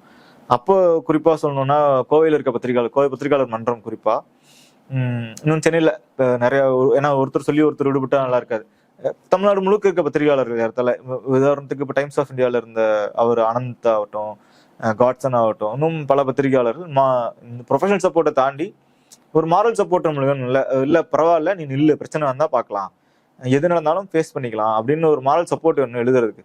எழுதிடலாம், அது எழுதுறதுக்கே உங்களுக்கு ஒரு ஊக்கம் வேணும். அதுவுமே வந்து நிக்கிறதுலயே ஒரு முடிச்சதுக்கு அப்புறம் நம்ம நிக்கிறோன்றதுக்கு ஒரு ஒரு கூட சப்போர்ட் சிஸ்டம் வேணும். ஏன்னா ஃபேமிலி பேக்ரவுண்ட் உங்களுக்கு கிடையாது, கூட வந்து இப்போ ஒரு படித்த பின்னணியில் அம்மா அப்பா எல்லாம் இருக்கு, முதல் பட்டதாரி. அப்ப இதெல்லாம் வீட்டுல சொல்லி அவங்களுக்கு புரிய வைக்கிறதே வந்து பெரிய கஷ்டம். இப்படி ஒரு செய்தி ஒன்று எழுதியிருக்கோம், இப்படி ஒரு சிக்கல் ஆயிருக்குன்னே அவங்களுக்கு புரிய வைக்கிற கஷ்டம். அப்ப நீங்க சப்போர்ட் சிஸ்டம் தேடணும்ல.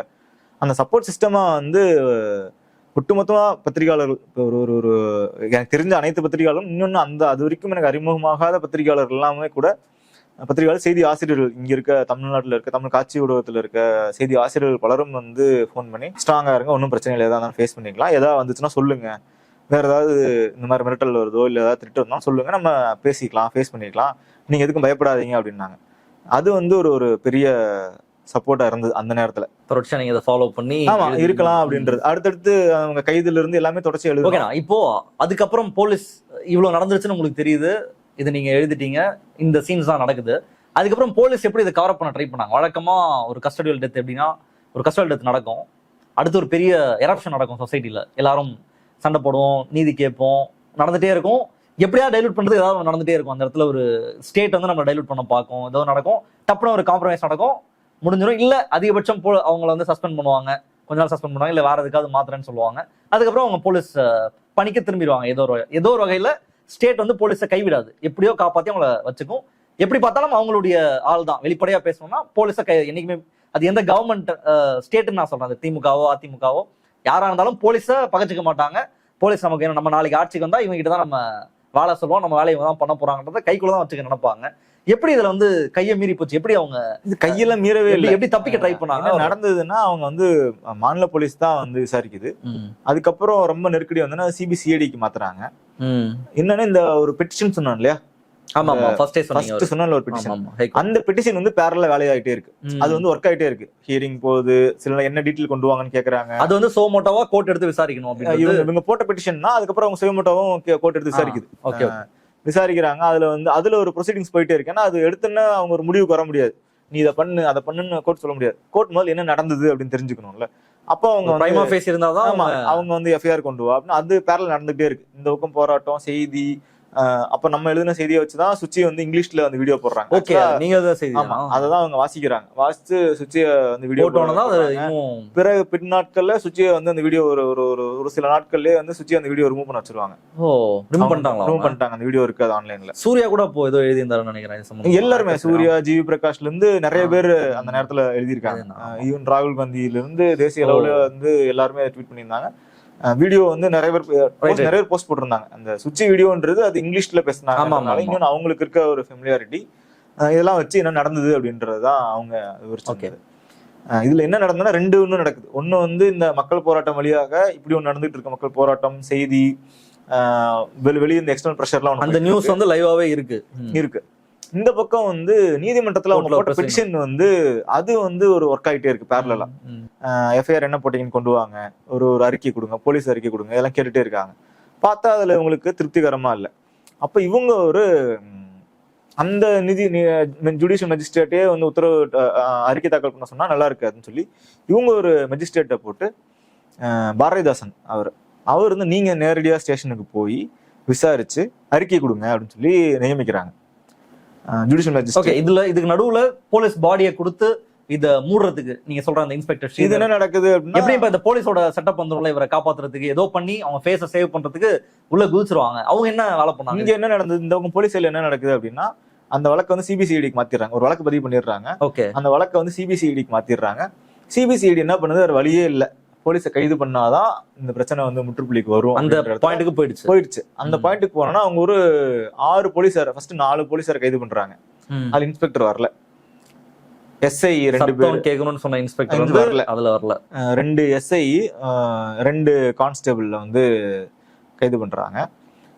மொத்தம் 4 பேர் கைது பண்றாங்க. அதுக்கப்புறம் ஒரு 3 பேர் கைது பண்றாங்க. அதுல இன்ஸ்பெக்டரையும் சேர்த்திடுறாங்க.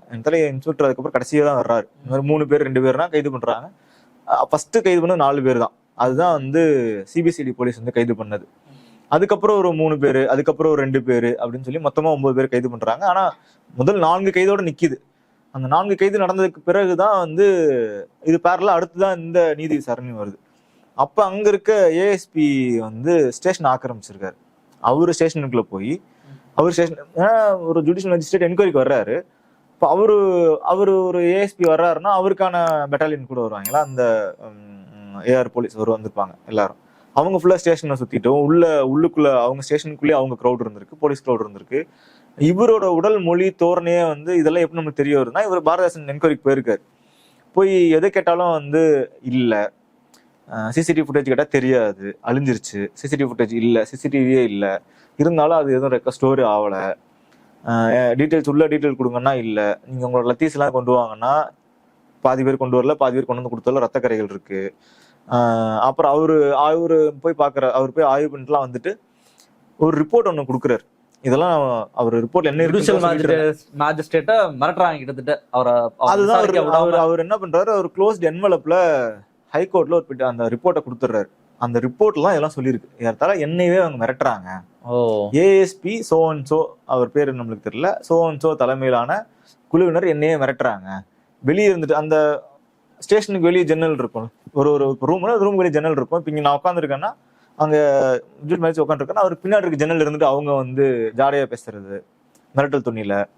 இங்க இருக்க ஏஎஸ்பியே வந்து ஒரு மிரட்டல் துணியில அவர் உடல் மொழியில இருந்து அவர் பேச்சு மொழியில இருந்து அதுவே வந்து ஒரு மிரட்டல் தாங்க கேட்கறாங்களா எடுத்து கொடுங்க அப்படின்னா எப்படி இருக்கும், அந்த மாதிரி மிரட்டல் துணியில. அப்புறம் அங்க இருக்க அதை கேட்டுக்கிட்டே இருக்கப்பவே ஒருத்தரோட லத்தியும் இதுவும் எடுத்துட்டு வர சொல்லுவாங்க, ஒரு காவலரோடது. அவர் என்ன பண்ணுவாரு, அவரோட கொண்டு கொடுக்க முடியாது, எதனால என்ன காரணங்களும் தெரியும். அவர் ஓடிடுவார் ஸ்டேஷன்ல இருந்து. அந்த காட்சிகள்லாம் வெளியாச்சு. அவர் ஸ்டேஷன்ல இருந்து திடுன்னு ஓடி ஒரு செவரேருக்கு வச்சு ஓடுவார் இந்த விசாரணை நடந்துட்டு இருக்கப்ப. இந்த இதுல கைதாயிருக்காரு அவரும், அந்த 9 குற்றவாளிகள் அவரும் ஒருத்தர். அந்த காவல் அதிகாரி விசாரிச்சு இந்த பாரதிதாசன் இது நடந்துட்டு இருக்கப்ப அந்த லத்தி எல்லாம் கொண்டு வாங்க, ஒருத்தர் அந்த அவங்களுக்கு கொடுத்துருக்க இதெல்லாம் எடுத்துட்டு வாங்கன்னு சொல்றப்போ ஒரு ஸ்டேஷன்ல இருந்து ஓடுவார் ஒருத்தர், ஒரு கான்ஸ்டபிள். அவர் பாரதிதாசன் உள்ள இருக்கப்ப இதெல்லாம் நடந்திருக்கும். அது எல்லாத்தையும் ஒரு பார்த்துட்டு இங்க ஒரு விசாரிக்கிறது கஷ்டம் அப்படின்னு அவரு வெளியே வந்து அவர் ஒரு அறிக்கையை தாக்கல் பண்ணிடுவார் நீதிமன்றத்துல.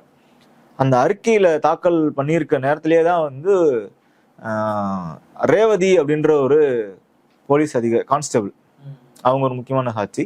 அவங்களும் பாரதிதாசன் சொல்லியிருப்பாரு, அவங்க ஊடகங்களையும் வந்து பேசியிருந்தாங்க. அவங்க வந்து அதுல வந்து ஸ்டேட்மெண்ட் கொடுத்திருப்பாங்க பாரதிதாசன் கோர்ட்ல. பாரதிதாசன் ஓகே, அவரோட அறிக்கையில அவங்களும் சில என்ன நடந்தது, யார் யார் என்ன பண்ணாங்கன்றத கொடுத்திருப்பாங்க.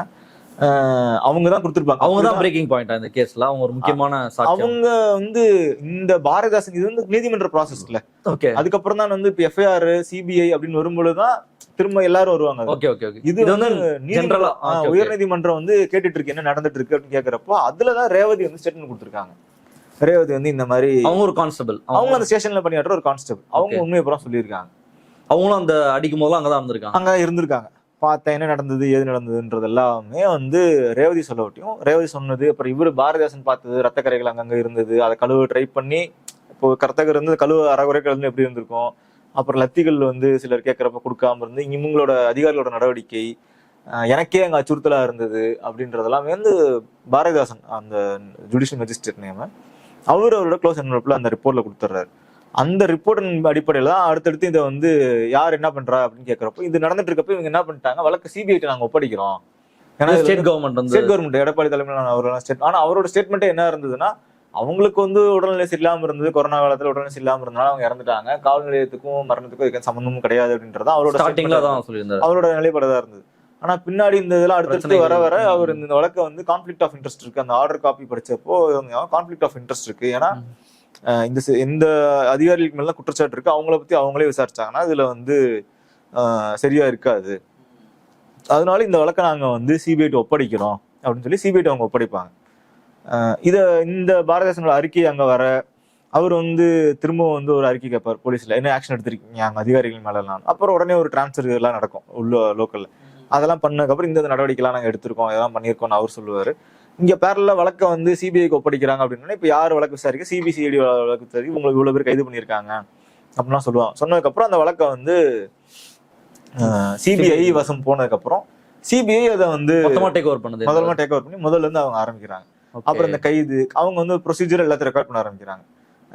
ரேவதியோட ஸ்டேட்மெண்ட்ல இருந்து ஒரு விட்னஸ் ஸ்டேட்மெண்ட்டா அந்த நண்பர்கள் பார்த்திருப்பாங்கல்ல, கூட இருந்து பார்த்த நண்பர்கள் சிசிடிவி ஃபுட்டேஜஸ், சிசிடிவி கடையில இருந்து எடுத்து போன ஃபுட்டேஜ் எல்லாம் வந்து ரிகவர் பண்ணிட்டாங்க. கடையில் அவர் என்ன பண்றாரு, அந்த டைம் என்ன, எந்த டைம்ல அவர் கூட்டு போனாங்க, அப்புறம் அந்த காரு, எந்த கார்ல, டவேரா கார்ல, எந்த கார்ல அவரை வந்து ஜிஹெச் கார் அழைச்சிட்டு போனாங்க, எந்த கார்ல வந்து பிரசன்ட் சிறை கார் அழைச்சிட்டு போனாங்க அப்படின்னு எல்லா டாக்குமெண்டடா ஒன்னொன்னா டாக்குமெண்ட் பண்ணி இடத்துல அது வந்து 2 to 3 பார்ட்ஸா வந்து சார்ட் ஷீட்டே ஃபைல் பண்ணாங்க. இடத்துல அந்த முதல் பார்ட் படிக்கிறப்போ எனக்கு இருந்த உணர்வு என்னன்னா, என்ன செய்தியில் எழுதியிருந்தோமோ ஏறத்தாழ 99%, 90%, 95% 99% வரைக்கும் ஏறத்தாழ சேமா இருந்தது.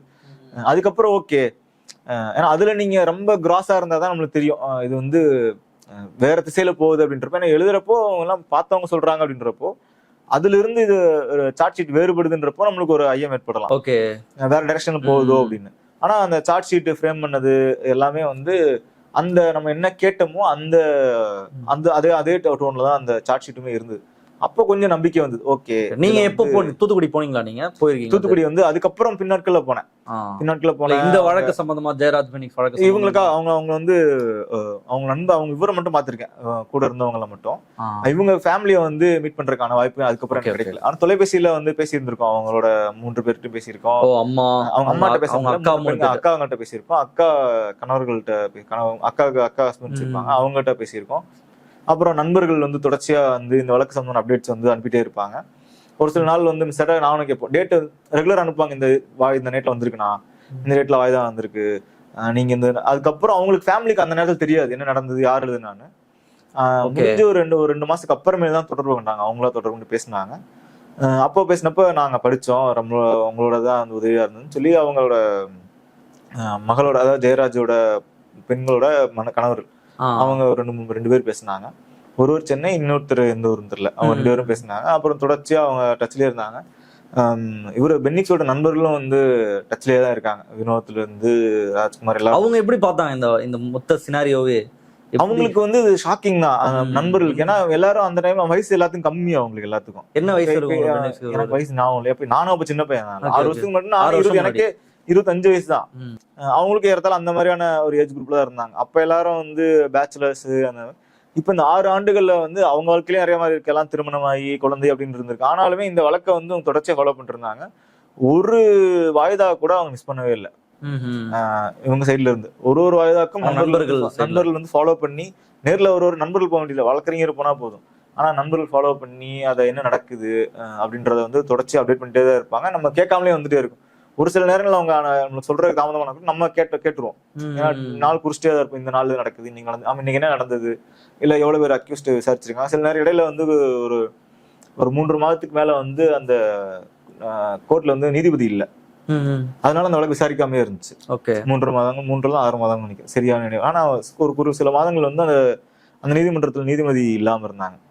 அப்ப நீதிபதி போடணும்ன்ற கோரிக்கை வச்சிருந்தாங்க. அதை வந்து சொல்லி சிலரோட செய்தியாக்குனாங்க. நம்ம இருந்த நிறுவனங்கள்ல அந்த மாதிரி டிஸ்ட்ரிக்ட் லெவல் செய்தி போடாதனால மற்ற தெரிஞ்ச இடங்கள்ல சொல்லி அதை பண்ண வேண்டியதா இருந்தது. தொடர்ச்சி அவங்களோட பங்களிப்பும் இதுல வந்து பெருசு. வழக்கறிஞர்களோட குடும்பம் சேர்ந்து நண்பர்களோட பங்களிப்பு அப்படின்றது வந்து பென்னிக்ஸோட நண்பர்களோட பங்களிப்பு இந்த வழக்குல அப்படின்றது பெருசுதான். ஓகே, போலீஸ் தரப்புல இருந்து சமாதானம் பேசுறதுக்கு, இந்த வழக்கை முடிப்பதற்கு அப்படின்ற எந்த முயற்சியும் ஏதாவது முயற்சி எடுத்தாங்களா, இல்ல அதை தாண்டி போயிருச்சா இது? அதுக்கப்புறம் அவங்களுக்கு தெரிஞ்சிருச்சு சார்ட் ஷீட் போட்டோன்னே வந்து அவங்களுக்கு அது வந்து கையை மீறி போகுது. அதுல உதாரணத்துக்குலாம் ஸ்ரீதரே அப்ரூவர் ஆலாம் மாதிரி இருந்தாரு. இன்ஸ்பெக்டர் ஸ்ரீதரே நான் சொல்லிடுறேன் அப்படின்ற ஒரு பாயிண்ட்ல ஆமா நான் சொல்லிடுறேன், நீதிமன்றம் ஏத்துக்கலையோ இதுக்கு மேல.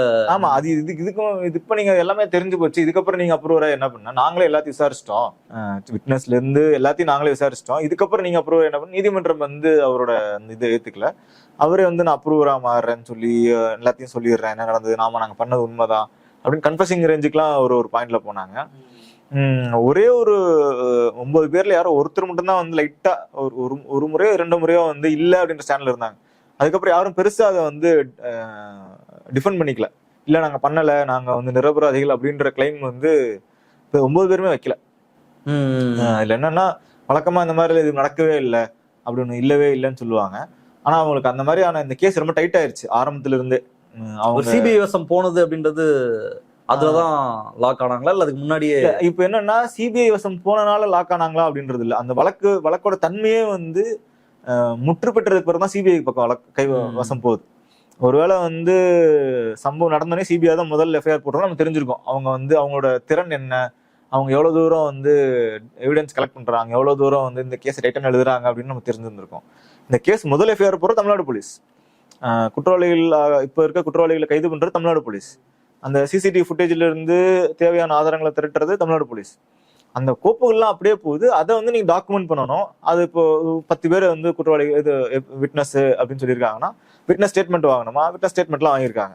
அப்போ எவிடன்ஸ் வாங்கணுமா, அப்போ இந்த ஒரு உதாரணத்துக்கு லத்தியில வந்து ரத்தக்கரைகள் இருக்கு அப்படின்னா அந்த லத்தியை வந்து ஃபோரன்சிக் அனுப்பி அந்த ரத்தங்கள் வந்து இவங்களோட தானா, ஏன்னா அந்த அளவுக்கு கோரிலேஷன் போகும். இந்த லத்தியில தான் இவங்க அடிச்சாங்க அப்படின்னா அது டெஸ்ட்டுக்கு போச்சு. டெஸ்ட்ல வந்து ரத்தங்கள் எடுத்து டெஸ்ட் பண்ணி பாக்குறப்போ அந்த ரத்தத்திலோட பிளட் குரூப்பும் இவங்களோட ஒண்ணு. அந்த மாதிரியான ஃபோரன்சிக் வேலைகளாகட்டும் மற்ற வேலைகளை சிபிஐ தொடர்ச்சியா பண்ணியிருந்திருக்கோம். ஆனா சிபிஐ கிட்ட கொடுத்தனாலதான் இந்த வழக்கு வந்தது, அவங்களுக்கு தான் வந்து புலனாய்வு இருக்கு, கிரெடிட் இருக்கு அப்படின்னு நம்ம சொல்ல முடியாது. அப்படி அவங்க சிபிஐ வந்து எல்லாத்தையும் இந்த குற்ற வழக்குல கொண்டு வந்திருக்கணும் அப்படின்னா இன்னும் பல பேர் இதுல இருப்பாங்கல்ல. அவங்க மட்டும் இந்த ஃபிளான்றது மேபி அவர் செத்ததுக்கு காரணம் ஒருவரா இருந்து இந்த 9 பேர் இருந்திருக்கலாம், இவங்க 9 அடிச்சிருந்திருக்கலாம். ஆனா சிஸ்டமிக் ஃபிளா தான் எல்லாரும். சிஸ்டமிக் ஃபிளாலேயே வந்து தெரிஞ்சேதானே வந்து டாக்டர் வந்து சர்டிஃபிகேட் கொடுத்தாரு. முதல்ல பயிற்சி அது எல்லாருமே கேக்குறாங்க. அதான் நான் உங்கள்ட்ட கேட்கணும்னு நினைச்சேன். பயிற்சி மேஜிஸ்ட்ரேட் பத்தியுமே கேக்குறாங்க, டாக்டர் பத்தியுமே எல்லாமே கேக்குறாங்க. எப்படி இவங்களை எப்படி நீங்க விடுறீங்க இதுல அப்படின்றத கேக்குறாங்க எல்லாருமே. இதுல வந்து சட்ட ரீதியாக உள்ள கொண்டு வர்றதுக்கான சாத்தியக்கூறுகள் இருக்கான்னு கேட்டா நமக்கு தெரியல. ஏன்னா என்ன ஃப்ரேமிங்ல அதை கொண்டு வர முடியும்னு எனக்கு ஐடியா இல்லை. ஒரு கான்ஸ்பிரசி பண்ணல இதை. அவங்க டீரெயிலிங் த டியூட்டி, டீரெலக்ஷன் ஆஃப் டியூட்டி அப்படின்றதுல வேணா கொண்டு வரலாம். அந்த டீரெலக்ஷன் ஆஃப் டியூட்டிலையுமே கூட இவர் நான் கேட்டேன் அப்படின்னு சொல்லியிருந்தாருன்னா மெஜிஸ்ட்ரேட் நம்ம ஒன்றும் பண்ண முடியாது. டாக்டருமே வந்து சார் காலையில் 7 மணில இருந்து நாங்க வச்சிருந்தோம் சார், நல்லா தான் இருந்தாரு. இல்ல 7 மணில இருந்து அவர் நல்லா இல்ல, நாங்க அதனால சர்டிஃபிகேட் கொடுக்கல. அப்புறம் அவங்க ஜூஸ் எல்லாம் குடிச்சாங்க, இட்லி எல்லாம் சாப்பிட்டாங்க. அதுக்கப்புறம் 10 மணிக்கு டெஸ்ட் பண்றப்ப எங்களுக்கு ஃபிட் டு ரிமாண்ட் சர்டிஃபிகேட் கொடுக்குறது இதெல்லாம் தான் கூறுகள், பாடி டெம்பரேச்சர், ப்ரெஷர், இது மூணுமே கரெக்டா இருந்துச்சு சார். 10 மணிக்கு நாங்க கொடுத்தோம், 9 மணி வரைக்கும் கரெக்டா இல்ல. ஆமா அது உண்மைதான், ஆனா 10 மணிக்கு சரியா இருந்தது, கொடுக்குறப்ப கரெக்டா இருந்துச்சு. மேபி அதுக்கப்புறம் அவங்களுக்கு ஆயிருந்திருக்கலாம் அப்படின்னு. ஸோ அதை வந்து கட்ரோட்டா இப்படி நடந்தது அப்படின்னு நம்ம சொல்லி இது பண்ண முடியாது.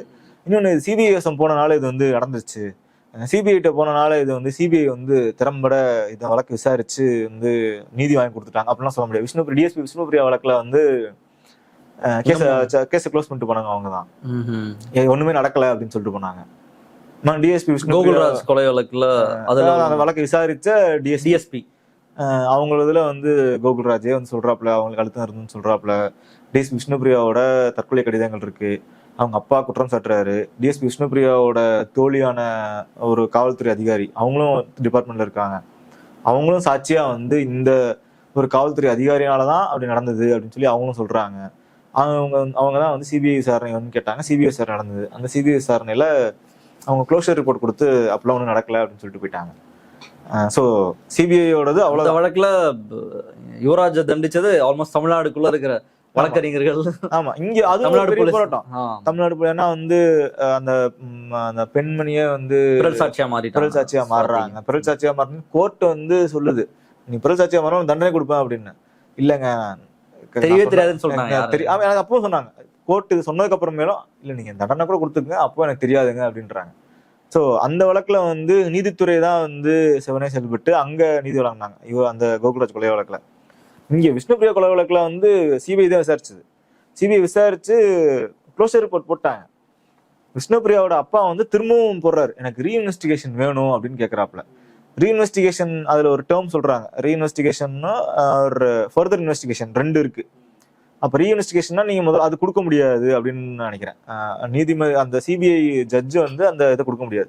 ஃபர்தர் இன்வெஸ்டிகேஷன் கொடுக்கலாம், இன்னும் மேல் விசாரணை பண்ணுங்க அப்படின்னு வேணா சொல்லலாமே ஒழிய ரீஇன்வெஸ்டிகேஷன் அவர் தர முடியாது போல. ஃபர்தர் இன்வெஸ்டிகேஷன் நோட்டீஸ் கொடுத்தாங்க, ஒரு குறிப்பிட்ட கால அவகாசம் கொடுத்து ஃபர்தர் இன்வெஸ்டிகேஷன் கொடுத்தாங்க. அது கோவை சிபிஐ நீதிமன்றத்தில் தான் அந்த வழக்கு நடந்தது. இவங்க டிஎஸ்பி விஷ்ணுபிரியா நாமக்கல்ல இருந்தாங்க. அந்த ஃபர்தர் இன்வெஸ்டிகேஷன்லயும் திரும்ப வந்து ஒன்றும் இல்லை அப்படின்னு தான் அறிக்கை தாக்கல் பண்ணாங்க. அதனால சிபிஐ வசம் கொடுத்த நாள் இந்த வழக்கு வந்து இந்த குற்றவாளிகள் வந்து வந்தாங்க அப்படின்னு சொல்ல முடியாது. ஆல்ரெடி தமிழ்நாடு போலீஸ் ஒரு ஃப்ரேம் ஒர்க் பண்ணி வச்சிருக்காங்க, அதுல இருந்து பெருசா டிவியேட் ஆகல. எல்லாத்துக்குமே பங்கு இருக்கு அதுல. ஆமா, எல்லாத்துக்கும் பங்கு இருக்கு. பத்திரிகையாளரா உங்களுக்கு பத்திரிகை பங்கு இருக்கு, நம்ம டிவிக்கு ஒரு சேனல் ஆமா. இருக்கு, மக்கள் மக்கள் மூவ்மெண்ட்டுக்கு பங்கு இருக்கு, ஜுடிஷியரி சிஸ்டம் இது System வந்து ஹைகோர்ட் மானிட்டர்ட் இன்வெஸ்டிகேஷன். நீங்க எங்கேயாவது பிறகு மாறினீங்கன்னா, ஏன்னா என்ன ஜுடிஷியல் சிஸ்டத்தோட ஜட்ஜே வந்து பாதிக்கப்பட்டிருக்காரு. அவரே வந்து அறிக்கை சொல்றாரு என்ன மிரட்டிருக்காங்க அப்படின்னு. அப்ப இது நீதிமன்ற கண்காணிப்புல தான் இந்த வழக்கு முழுவதும் நடந்தது. அதுவும் ஒரு மேஜர் ரீசன். சிபிஐ மட்டும் தனித்துவமா எங்க இருந்துச்சுன்னா இது ஒருவேளை சிஸ்டத்துக்கு ஆதரவாக கூட செயல்பட்டு இருந்திருக்கலாம், என்ன நடந்திருந்திருக்கலாம், நமக்கு தெரியாது. சிபிஐ அதிகாரிகள் வந்து இப்ப சமீபத்துல வந்து இடி அதிகாரிகளா திண்டுக்கல் பக்கத்துல வந்து லஞ்சம் வாங்கினாங்க, ரன்னிங் சேசிங்ல போய் தான் அவங்க இதுலயே லஞ்சம் குடிச்சாங்க. அந்த மாதிரி சிபிஐலையும் இருக்கலாம், நமக்கு தெரியாது. ஆனா கன்விக்ஷன் ரேட் வந்து மத்திய புலனாய்வு நிறுவனங்களோட கன்விக்ஷன் ரேட் வந்து குறைவு அப்படின்றதுதான். இந்த ஒரு வழக்குல கிடைச்சிருச்சுன்றதுக்காக அவங்க எடுக்கிற வழக்கு எல்லாமே வந்து நல்லா இருக்கும்னு ஒரு முன்முடிவுக்கு வந்துட முடியாது. இந்த 6 ஆண்டுகள் என்ன நடந்தது? 2020 நீங்க சொல்றதெல்லாம் நடக்குது.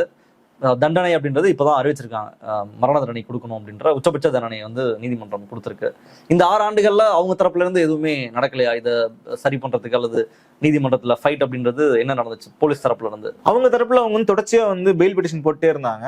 இதுல வந்து இந்த வழக்கை பொறுத்த 6 ஆண்டுகளும் சிறையில தான் இருந்திருக்காங்க. 6 ஆண்டுகளும் சிறையில தான் இருந்தாங்க. இந்த வழக்கு இப்போ வரையும் அந்த அன்னைக்கு எப்ப கைது செய்யப்பட்ட நாள்ல இருந்து இன்று வரையும் சிறையில தான் இருக்காங்க. பெயில் கொடுக்கல, பெயில் கிடைக்கவே இல்லை. நம்மளுக்கு இருந்த இந்த வழக்கில் 2 முரண்பாடு தான். இது ஒரு மனித உரிமை மீறல் சார்ந்த வழக்குல தான் இவங்க கைது செய்யப்படுறாங்க. ஆனா அந்த குற்றவாளிகளுக்குமே வந்து மனித உரிமை மீறல் பட்டிருக்குன்றத என்னோட தனிப்பட்ட ஒப்பீனியன். ஏன்னா ஒரு நீங்க சொல்றது இப்போ கன்விக்ட் ஆயிருக்கவங்களுக்கு அவங்க தரப்புன்னு சொல்றேன். ஆனா இது நீதி கிடைச்சிருன்றது ஓகே, அவங்கெல்லாம் குற்றவாளிகள்னு உறுதிப்படுத்தி இருக்கிறது ஓகே. ஆனா அவங்களுக்குமே வந்து மனித உரிமை மீறப்பட்டிருக்குன்ற 2 கவுண்ட்ஸ். ஒன்னு வந்து யாரையுமே வந்து கால அளவு இல்லாம ஒருத்தர் ஜெயில வச்சிருக்கலாம், விசாரணை கைதியாவே ஒருத்தரை வந்து எண்ணற்ற நாட்கள் வச்சிருக்கலாம் அப்படின்றது வந்து கிடையாது. நம்ம சிஸ்டத்துல ஒரு குறிப்பிட்ட நாட்கள், 90 நாட்கள், கொலை வழக்கா 90 நாட்கள், அந்த நாட்களுக்குள்ள சார்ஜ் ஷீட் ஃபைல் பண்ணணும் அப்படின்றது. சார்ஜ் ஷீட் ஃபைல் பண்ணாட்டி அவங்களுக்கு வந்து ஆட்டோமேட்டிக்கா பெயில் கிடைச்சிரும். சில சார்ஜ் ஷீட் ஃபைல் பண்ணதுக்கு அப்புறமும் கூட சார்ஜ் ஷீட் ஃபைல் பண்ணிட்டாங்க, இவ்வளவு நாள் மேல வந்து கேஸ் நடந்துகிட்டு இருக்கு அப்படின்னா அவங்க பெயிலுக்கு எலிஜிபிள், மேண்டேட்டரியா பெயிலுக்கு எலிஜிபிளா இருப்பாங்க. அவங்க பெயில் கேட்டு பெயில் வெளியே வரலாம். சில தேசிய இந்த பிரிவினவாத செடிஷன் கேசஸ் எல்லாம் போனோம்னா அது வந்து முதல்ல வந்து 6 மாசமா இருந்தது, இப்போ 1 வருஷம்னு நினைக்கிறேன். அந்த மாதிரி ஒரு குறிப்பிட்ட கால அவகாசம் இருக்கு அந்த சார்ஜஸை பொறுத்து. அந்த இதுக்கு பிறகு நீங்க சார்ஜ் ஷீட் ஃபைல் பண்ணலன்றதை பொறுத்து நீங்க பெயில் போட்டு வெளியே வந்துடலாம். அது கவர்மெண்ட் வந்து அப்போஸ் பண்ணாத வரைக்கும், அப்போஸ் பண்ணாலுமே கூட அவருக்கான அது அவரோட உரிமை, அது அவர் வெளியே வரலாம். ஆனா இந்த வழக்குல வந்து கைது செய்யப்பட்ட நாளில இருந்து இன்று வரை ஒருவர் கூட பெயில் கிடைக்கவே இல்லை. உச்ச நீதிமன்ற வரையும் போய் கூட கிடைக்கவே இல்லை. அது ஒண்ணு, நம்ம ஜுடிஷியல் சிஸ்டத்துக்கு கொஸ்டினுக்கு உள்ளாக்கல. ஆனா உங்களோட கன்சர்ன் இது வந்து நம்ம பர்சனல் லெவல் இது எல்லா வழக்குக்கும் இதை பொருத்தி பார்க்க முடியும் அப்படின்றதுதான். அடுத்த நாளைக்கு வந்து ஏதாவது சொன்னா வேற யாரோ ஒரு வழக்குல ஒருத்தர் கைதாகிறாரு, அது என்ன வழக்குன்னு கூட தெரியாது நம்மளுக்கு, அது உண்மையா போயான்னு தெரியாது. ஒரு 20 வருஷத்துக்கு அப்புறம் அவர் அக்கிட்டு கூட ஆகலாம். ஆனா அந்த 20 வருஷத்துமே வந்து ஒரு பெரிய தண்டனை இல்லை. இப்ப இந்த 9 போலீஸ் அதிகாரிகள்ல இல்ல போலீஸ்ல ஒருவர் நிரபராதின்னு ஒரு வேளை வந்திருந்தா அவர் இந்த 5 வருஷம் தண்டனை அனுபவிச்சிருக்காரு அப்படின்ற இடத்துக்கு வருது அப்படின்றது ஒண்ணு.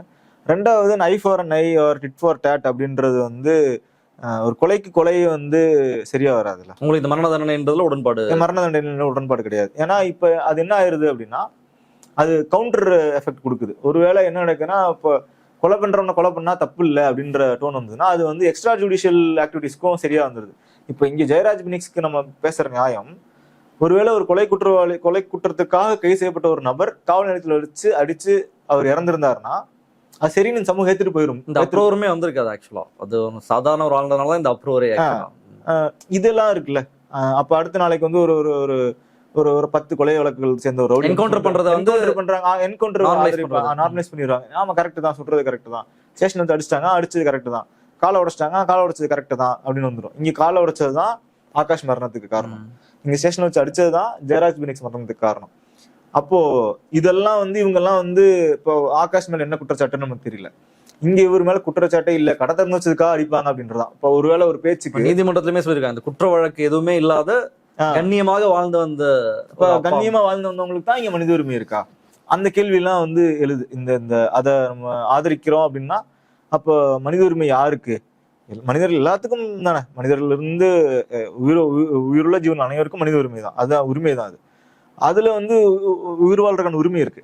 அதை வந்து நான் எக்ஸ்ட்ரா ஜுடிஷியலா அதை எடுத்துக்குவேன். நான் ஒரு கொலை பண்ற தப்பு கிடையாது, அவர் பல குற்றங்கள் புரிஞ்சிருக்காரு, அவர் கொலை பண்ற தப்பு கிடையாது அப்படின்ற ஒரு ஒரு இடத்துக்கு நகர்ந்து பொது புத்தியிலிருந்து அதை ஏற்றுக்கொள்றதுக்கான இதா இருக்கும் இந்த மாதிரி நடவடிக்கை.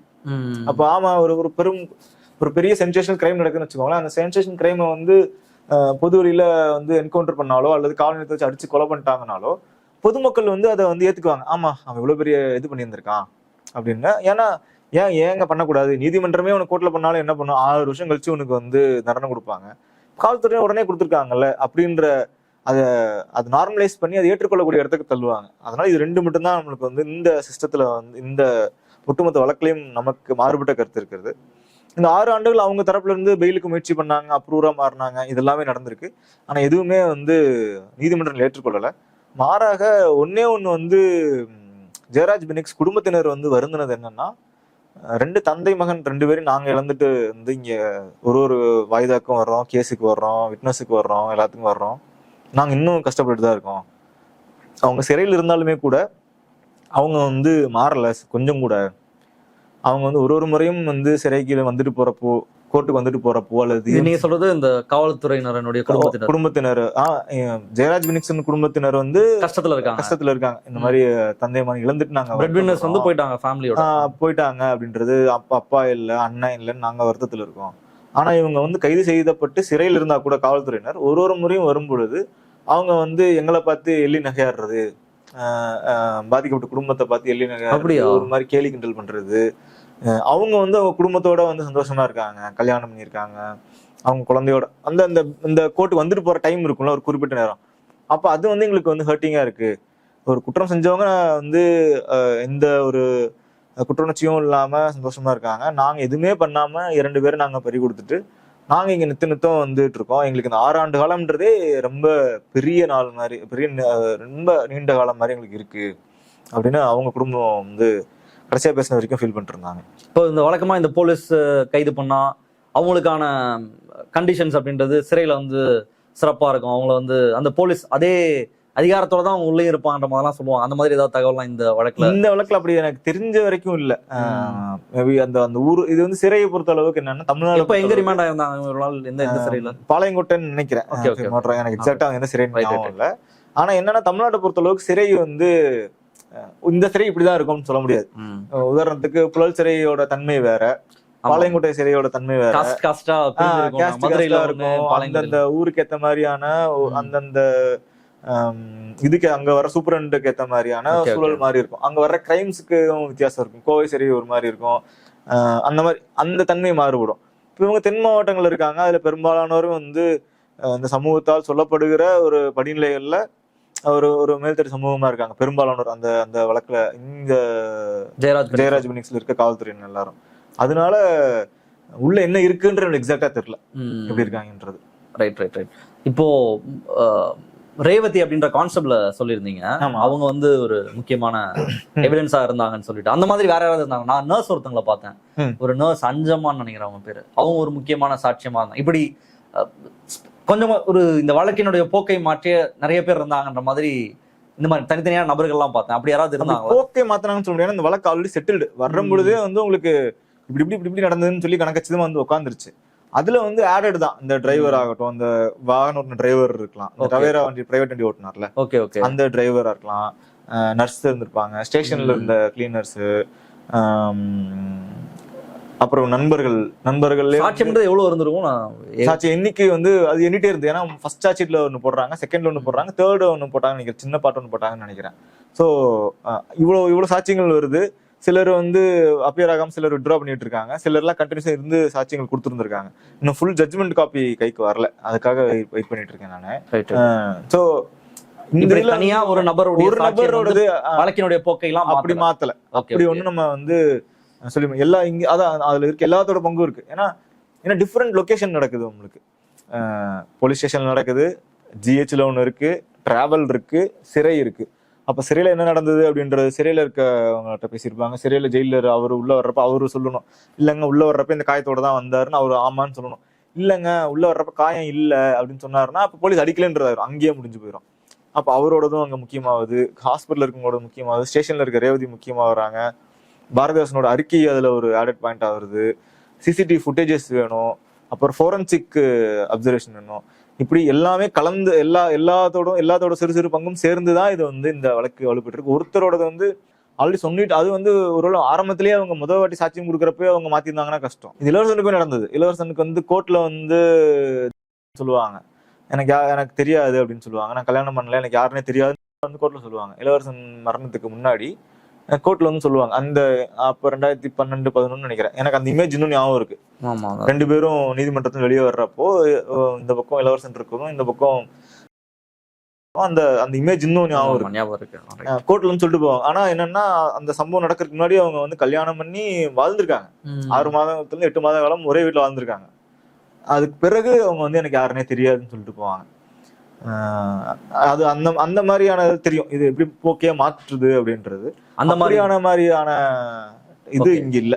2020 இருந்து இந்த இஷ்யூவை எழுத ஆரம்பிச்சதுல இருந்து 26 வரைக்கும் நீங்க ஃபாலோ பண்ணிருக்கீங்க? நான் ஃபாலோ பண்ணேன் ஃபுல்லா. ஆனா நம்ம வந்து எல்லா நேரமும் எழுத முடியறதுக்கான சூழல். ஏன்னா ஒரு வாட்டி ஒரு நிறுவனத்துல, அப்ப நீங்க ஃபெடரல்ல இருந்தீங்க, ஃபெடரல்ல இருந்தோம், அதுக்கப்புறம் பல நிறுவனங்கள் இருந்தோம். ஒரு நேரம் ஒரு நிறுவனத்துல நம்மளோட ரோல் வேறையா இருக்கு. அப்ப இந்த செய்தி எழுதுறதுக்கான ரோல் வேற யாராவது பார்த்துட்டு இருப்பாங்க. ஆனா இதை தொடர்ச்சி ஃபாலோ பண்றதுக்கான வாய்ப்பு இருந்தது. ஆனா ஆல்ரெடி ஃபாலோ பண்ணோம், அவங்க ஃபேமிலி இன்னும் டச்சில் இருக்காங்க, அந்த வழக்கறிஞர்கள் டச்சில் இருக்காங்க, அணிகள் இருக்கவங்க டச்சில் இருக்காங்க, நண்பர்கள் இன்னும் டச்சில் இருக்காங்கன்றதுனால அந்த வழக்கு சம்பந்தமா என்ன நடக்குது, எப்போ வருது, யார் என்ன சொன்னா, எப்படி போயிருதுன்றது தொடர்ச்சியா வந்து அதை அவங்களோட குடும்பத்தோட இருக்க முடிஞ்சது. இறுதியா ஒரு கேள்வி, 2 கேள்வி என்னன்னா, ஒன்று ஃபர்ஸ்ட் இந்த வழக்கு நீங்க எழுத ஆரம்பிக்கும் போது ஒரு நியூஸ் நம்ம வழக்கமா எழுதுவோம், இல்லை ஒரு நியூஸ் ஏதோ பண்ணுவோம். இப்போ அதுல ஒரு பிரச்சனைலாம் இருக்கு, ஒரு பிரச்சனைக்குரிய விஷயமா இருக்குன்னா எதுக்கு அதெல்லாம் பண்ணிட்டு அப்படின்ற ஒரு விஷயம் இருக்கும். அப்படி உங்களுக்கும் நிறைய நெருக்கடி வந்திருக்கு அப்படின்றத சொன்னீங்க. அதை தாண்டி நீங்க அந்த நியூஸை ஃபாலோ பண்ணி எழுதுறதுக்கான காரணம் என்ன? 2வது கேள்வி அப்படின்றது, ஒரு லாஜிக்கல் கன்க்ளூஷன் கொண்டு வரது இருக்குல்ல. எப்பயுமே ஒரு ஜேர்னலிஸ்ட் ஒரு விஷயத்தை எடுக்கிறாங்க அப்படின்னா அது உடனே நடக்காது. நீங்க எப்படி கோர்ட் எப்படி ஒரு 6 வருஷம் ஆகுதோ, ஒரு இஷ்யூ ப்ளூ அப் ஆகுது அப்படின்னா அது லாஜிக்கல் கன்க்ளூஷனுக்கு வந்து முடிகிறத பாக்குறதுலாம் பெருசா நடக்காது. அதுதான் ரியாலிட்டி. நீங்க அதை பார்த்துருக்கீங்க, அது எப்படி உங்களுக்கு ஃபீல் ஆகுது? இது 2 மட்டும். எனக்கு முதல் கேள்வி வந்து இது வந்து இந்த கேஸ்ன்னு கிடையாது, ஆரம்பத்துல ஃபீட் பண்ண ஆரம்பிச்சு. அதாவது நம்ம செய்தி துறைக்கு வந்தப்போ கிட்ட 2012 வர்றேன். 2012 பகுதி நேர செய்தியாளர் வர வந்து தமிழ்ல எழுத ஆரம்பிக்கும், தமிழ் ஈவினிங் டெய்லியில எழுத ஆரம்பிக்கிறோம். அப்பவே எனக்கு அறிமுகமானது ஒரு வருஷத்துக்குள்ள அறிமுகமானது ஜெரால்டுன்னு சொல்லிட்டு ஒருத்தர். இப்போ வந்து தினகரன்ல உதவி ஆசிரியராக இருக்கார் கோயம்புத்தூர்ல. அவர் அப்போ வந்து ஒரு தனியார் தொலைக்காட்சியில் ஒளிப்பதிவாளராக இருந்தார். அவர் அறிமுகமாகிறாரு. அப்புறம் கிருஷ்ணா அப்படின்னு சொல்லிட்டு அவரும் ஒளிப்பதிவாளர், இப்போ ஒரு தனியார் தொலைக்காட்சி ஒளிப்பதிவாளர் இருக்காரு. அவரும் 2 பேர் அறிமுகமாகறாங்க. இவங்க 2 பேர் தான் வந்து, நீங்க வந்து ஒரு அப்போ எனக்கு ஒரு டவுன் பாயா, ஒரு ஊர்ல இருக்க ஒரு பையன், ஒரு 18 வயசு இருக்கும். அப்ப இன்ஜினியரிங் படிச்சுட்டு இருக்கப்பவே தான் இந்த எழுத ஆரம்பிக்கிறோம். அப்போ அவங்க அறிமுகமாகறாங்க. மற்ற நண்பர்களும், ஆனா இவங்களோட இன்ஃப்ளூயன்ஸ் எனக்கு அதிகமா இருக்கு, இவங்களோட தான் அதிகமா பயணிக்கிறேன். இவங்க 2 பேரோட ஸ்கூல் ஆஃப் தாட் என்னன்னா, இந்த அடக்குமுறைக்கு அதாவது இந்த அப்ரேஷனுக்கு எதிராக எது நடந்தாலும் எளிய மக்கள் வந்து எங்கெங்கெல்லாம் ஒடுக்கப்படுறப்பெல்லாம் வந்து அதுக்கெல்லாம் வாய்ஸ் அவுட் பண்ணிட்டு இருந்தாங்க. அதை வந்து நம்மளால என்ன பண்ண முடியும், செய்தியாளர்னா என்ன பண்ண முடியும் அப்படின்ற இடத்துல இருந்து நம்ம வந்து ஒரு ஒரு மக்கள் இயக்கமா இருந்து போராட முடியாது, அரசியல் கட்சி மாதிரி போராட முடியாது, அல்லது நம்ம வந்து வழக்கறிஞர்கள் மாதிரி வந்து வழக்கு தாக்கல் பண்ண முடியாது. அப்ப நம்ம என்ன பண்ண முடியும்னா அதை வந்து குறைஞ்சபட்சம் செய்தியாக பதிவு செய்ய முடியும். அந்த செய்தி வந்து பெருசாகலாம், சிறுசாகலாம், இல்லை செய்தியே போடாம கூட போகலாம். அட்லீஸ்ட் செய்தி எடுக்கிறாங்க அப்படின்றதாவது தொடர்ச்சியா அதை வந்து ஒரு அந்த மாதிரி அதை வந்து செய்தியா பதிவு பண்ணணும். அதுவும் பாதிக்கப்பட்ட மக்கள் தரப்பை வந்து பதிவு பண்ணணும் அப்படின்னு ஆரம்பிச்சது இவங்க 2 பேரு. அதுல வந்து இந்த செய்திகளுக்கு போயிடுவோம். ஆனா அது அதிகாரிகிட்ட பேசுவோம், மற்றவங்கள்ட்ட பேசுவோம். ஆனா அந்த செய்தி எப்படி ரெக்கார்ட் பண்ணி அதை வந்து எடுத்துட்டு போகணும் அப்படின்னு நமக்கு தெரியாது. இவங்க 2 பேரும், ஆனா இந்த உந்துதலுக்கு காரணமான இவங்க 2 பேர் தான். ஸோ இதுக்கு முன்னாடி கோயம்புத்தூர்ல இருக்கப்ப கோவையில வந்து கோவை குண்டுவெடிப்பு வழக்குல இருந்த கைதிகள் நிறைய பேர் குற்றம் சாட்டப்பட்டு தண்டனை விதிக்கப்பட்ட கைதிகள் நிறைய பேர் வந்து இறந்துட்டே இருப்பாங்க. தண்டனை விதிக்கப்பெறாத மற்ற வழக்குகள்ல இருக்க குற்றம் சாட்டப்பட்டவர்களும் வந்து கோவை சிறையில நிறைய அந்த மாதிரி நடந்துட்டே இருக்கும். அது எல்லாத்தையுமே வந்து தொடர்ச்சியா வந்து ஃபாலோ பண்றதுக்கு இவங்க 2 பேரோட பங்கு வந்து பெரும் பங்கு. இவங்க தான் வந்து தொடர்ந்து புஷ் பண்ணிட்டே இருப்பாங்க, இது எழுதலாம், இது பண்ணுங்க, இதை பேசுங்க அப்படின்னு சொல்லிட்டே இருப்பாங்க. அதை எழுதுறது எப்படி எழுதுறது அப்படின்றது வந்து அப்போ 2016 வந்து இந்தியன் எக்ஸ்பிரஸ்க்கு வர்றேன், நியூ இந்தியன் எக்ஸ்பிரஸ். அதுக்கு முன்னாடி வரைக்கும் தமிழ் பத்திரிகைகள்லாம் இருந்தேன். அப்போ இவங்க தான் இதை இந்த இதை எழுதணும் அப்படின்ற உந்துகோல் இவங்க தான். இந்தியன் எக்ஸ்பிரஸ் வந்ததுக்கப்புறம் அந்த செய்தி எப்படி ரிப்போர்ட் பண்ணணும், இப்போ இந்த சாத்தாங்குளம் மாதிரியான எப்படி ரிப்போர்ட் பண்ணணும் அப்படின்றது வந்து கோபு மோகன் அப்போ சிஓபியா இருந்தார். இப்போ ஒரு டிடி நெக்ஸ்ட் எடிட்டர் இன் சீஃபாக இருக்காரு. அவர் வந்து நேரடியாக பாதிக்கப்பட்டவங்கள்ட்ட அல்லது நேரில் பார்த்தவர்கள்ட்ட அல்லது அவங்க குடும்பங்கள்கிட்ட அவங்க ஸ்டேட்மெண்ட்டாக ரெக்கார்ட் பண்ணணும். ஏன்னா அதில் ஒரு லார்ஜர் இது சொல்றாரு என்னன்னா, அதுதான் வந்து ஸ்டேட்மெண்ட் சுயமோட்டோ ஒரு வழக்கு எடுக்கணும்னா அந்த குடும்பத்தை சார்ந்தவர்களோ அது நேரில் பார்த்தவர்களோ அது சொன்னாங்கன்னா அதவே அந்த நியூஸ் ஆர்டிக்கிளே கம்ப்ளைண்ட் காப்பியோ எடுத்து சுயமோட்டோவா மனித உரிமை ஆணையமோ அல்லது நீதிமன்றமோ எடுக்கலாம். அது இல்லாம சோர்சஸ் சொன்னாங்க, காவல்துறையினர் சொன்னாங்க அப்படின்றதெல்லாம் வந்து அது வந்து யாரோ சொன்னாங்க எப்படி எடுக்க முடியும் அப்படின்னு இருக்கும். அப்போ வந்து நேரடியாக அவங்கள்ட்ட தொடர்பு கொண்டு என்ன நடந்தது அப்படின்னு அறுதிட்டு எழுதும் பொழுது இதுக்கான வாய்ப்புகள் இருக்கு அப்படின்னு முதல்ல வந்து எனக்கு சொன்னது அவர் தான். அது அவர் சொன்னது வந்து இன்னொரு வழக்கு, வேறொரு வழக்கு ஒன்று நடக்கும். அது வந்து ஒரு மில்ல வந்து ஒரு பஞ்சாலையில தொழிலாளர்கள் வந்து பாதிக்கப்பட்டிருப்போம். அந்த பாதிக்கப்பட்ட பெண்கள்கிட்டயே பேசி எழுதுங்க அப்படின்றலாம் புஷ் பண்ணி இருந்திருப்பாரு. அப்படி தொடர்ச்சியா அது வந்து ஒரு தொடர்ச்சியான ப்ராசஸ். இந்த செய்திக்காக மட்டும் எடுக்கப்பட்ட அணுகுமுறை இல்லை. இந்த மாதிரி இதுக்கு முன்னாடி நிறைய கஸ்டடியல் டார்ச்சர்ஸ் சொன்ன மாதிரி கோயம்புத்தூர்ல எழுதியிருக்கோம், சென்னை வந்ததுக்கு அப்புறமா எழுதியிருந்திருக்கோம். தொடர்ச்சியா இந்த வழிமுறை தான் அணுகிறோம், இந்த வழிமுறையில எழுதுறோம். ஆனா அதுல எல்லாமே வந்து இந்த வீரியம் வந்து முன்ன பின்ன இருந்திருக்கலாம், அந்த சித்திரவதைக்கான வீரியம் வந்து முன்ன பின்ன இருந்திருக்கும். இதுல வந்து சித்திரவதை வந்து நம்ம உச்சபட்சம் அப்படின்றப்போ நம்மளுக்கு ஹேண்டில் பண்றதுக்கு ஹெவியா இருக்கு. ஆனா அதே வழிமுறை தான் ஃபாலோ பண்றோம். இவங்க 3 பேர் தான் அதுக்கு மிகப்பெரிய காரணம் இந்த எழுதுனதுக்கு. அப்புறம் நீ சொன்ன மாதிரி நம்ம காலத்திலேயே பாக்குறது அப்படின்றது வந்து வாய்ஸிங் அவுட் நம்மளால பண்ண முடிஞ்சது, அநீதிக்கு எதிராக இதை பதிவு பண்ண முடியும், மக்கள் கிட்ட எடுத்துட்டு போகணும் அப்படின்ட்டு அது எப்படி பண்ணணும் அப்படின்றத வந்து அது வழியமைச்சு கொடுத்தது வந்து கோபு அவரு. இவங்க 2 பேர் தான். அதனால நீங்க பேக் ஆஃப் ஆகல, இது நின்றலாம் அப்படின்னு. அதுக்கப்புறம் கோயம்புத்தூர்ல இருக்க குருசாமின்னு அவருதான் மாடல். அங்க இவங்க எல்லாம் இருந்த துணை கொண்டு எழுத முடிஞ்சது. இதை பாக்குறது அப்படின்றது வந்து ரிசல்ட் அப்படின்றதா உண்மைக்குமே வந்து நம்பிக்கை இல்லை. ஏன்னா கஸ்டல் டெத் அப்ப எழுதுனதுக்கு அப்புறம் தான் நம்ம பார்ப்போம்ல, கஸ்டல் டெத் ஆயிடுச்சு, எல்லாரும் பேசுறாங்க, ராகுல் காந்தி ட்வீட் போடுறாருன்னா 25 வயசுக்கு என்னென்ன பண்றாங்க, போன் எல்லாம் வருது, பெரிய பெரிய அரசியல் தலைவர்கள்ட்ட இருந்தெல்லாம் போன் வருது, நீங்க தான் எழுதுனீங்களா, இதான் நடந்தது, என்ன நடந்ததுன்னு சொல்லுங்கன்னு தமிழ்நாடு சேர்ந்த தலைவர்களோ இல்ல மற்ற மாநிலம் சேர்ந்த தலைவர்லாம் பேசுறாங்க. அதுவே நமக்கு பெருசு இல்ல. அப்ப ஒரு 25 வீட்டுலயே போய் சொல்ல முடியாது, வீட்லயே சொல்ல முடியாது. 25 வயசு அது எழுதுறப்போ, அந்த செய்தி கட்டுரை எழுதுறப்போ.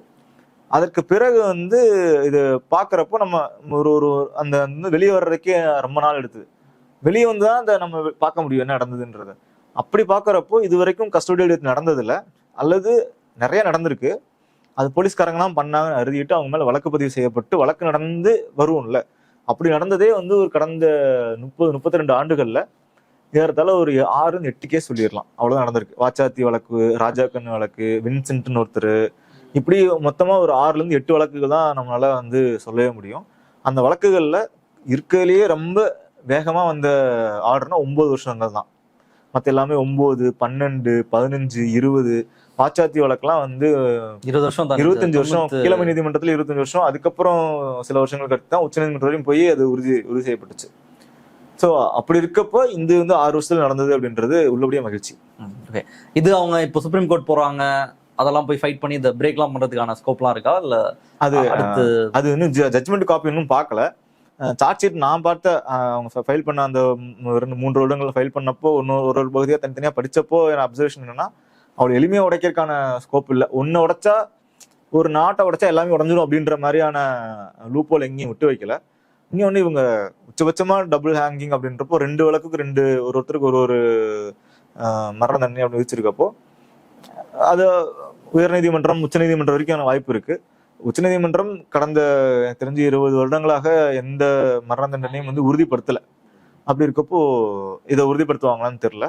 ஆனா அப்படி உறுதிப்படுத்தக்கூடாதுன்றதான் என்னோட தனிப்பட்ட விருப்பம். அது நீதிமன்றம் அவங்களோட கால, பட் நம்மளோட விருப்பம் வந்து அதுக்கு அது உடன்பாடு இல்லை அப்படின்றதான். 1,40,00,000.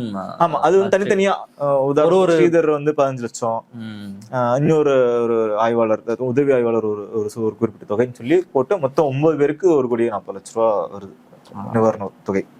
ரொம்ப ஒரு முக்கியமான வழக்கு. அதுல ஒரு மிக சிறப்பான பணியை நீங்க பண்ணியதால் ஒரு மிகப்பெரிய ஒரு என்ன சொல்றது, ஒரு நீதி அப்படின்றது பாதிக்கப்பட்ட மக்களுக்கு கிடைத்திருக்கு. அதுதான் எல்லா ஜேர்னலிஸ்டும் அல்லது சாதாரண மனுஷன் கூட நினைக்கிறது தானே, ஒரு ஹீரோவா பாக்குறது அப்படின்றதெல்லாம் ஒரு தப்பை தட்டி கேட்டு அதை சரியா முடிக்கிறது தான். அதை நீங்க ரொம்ப சிறப்பா பண்ணிருக்கீங்க.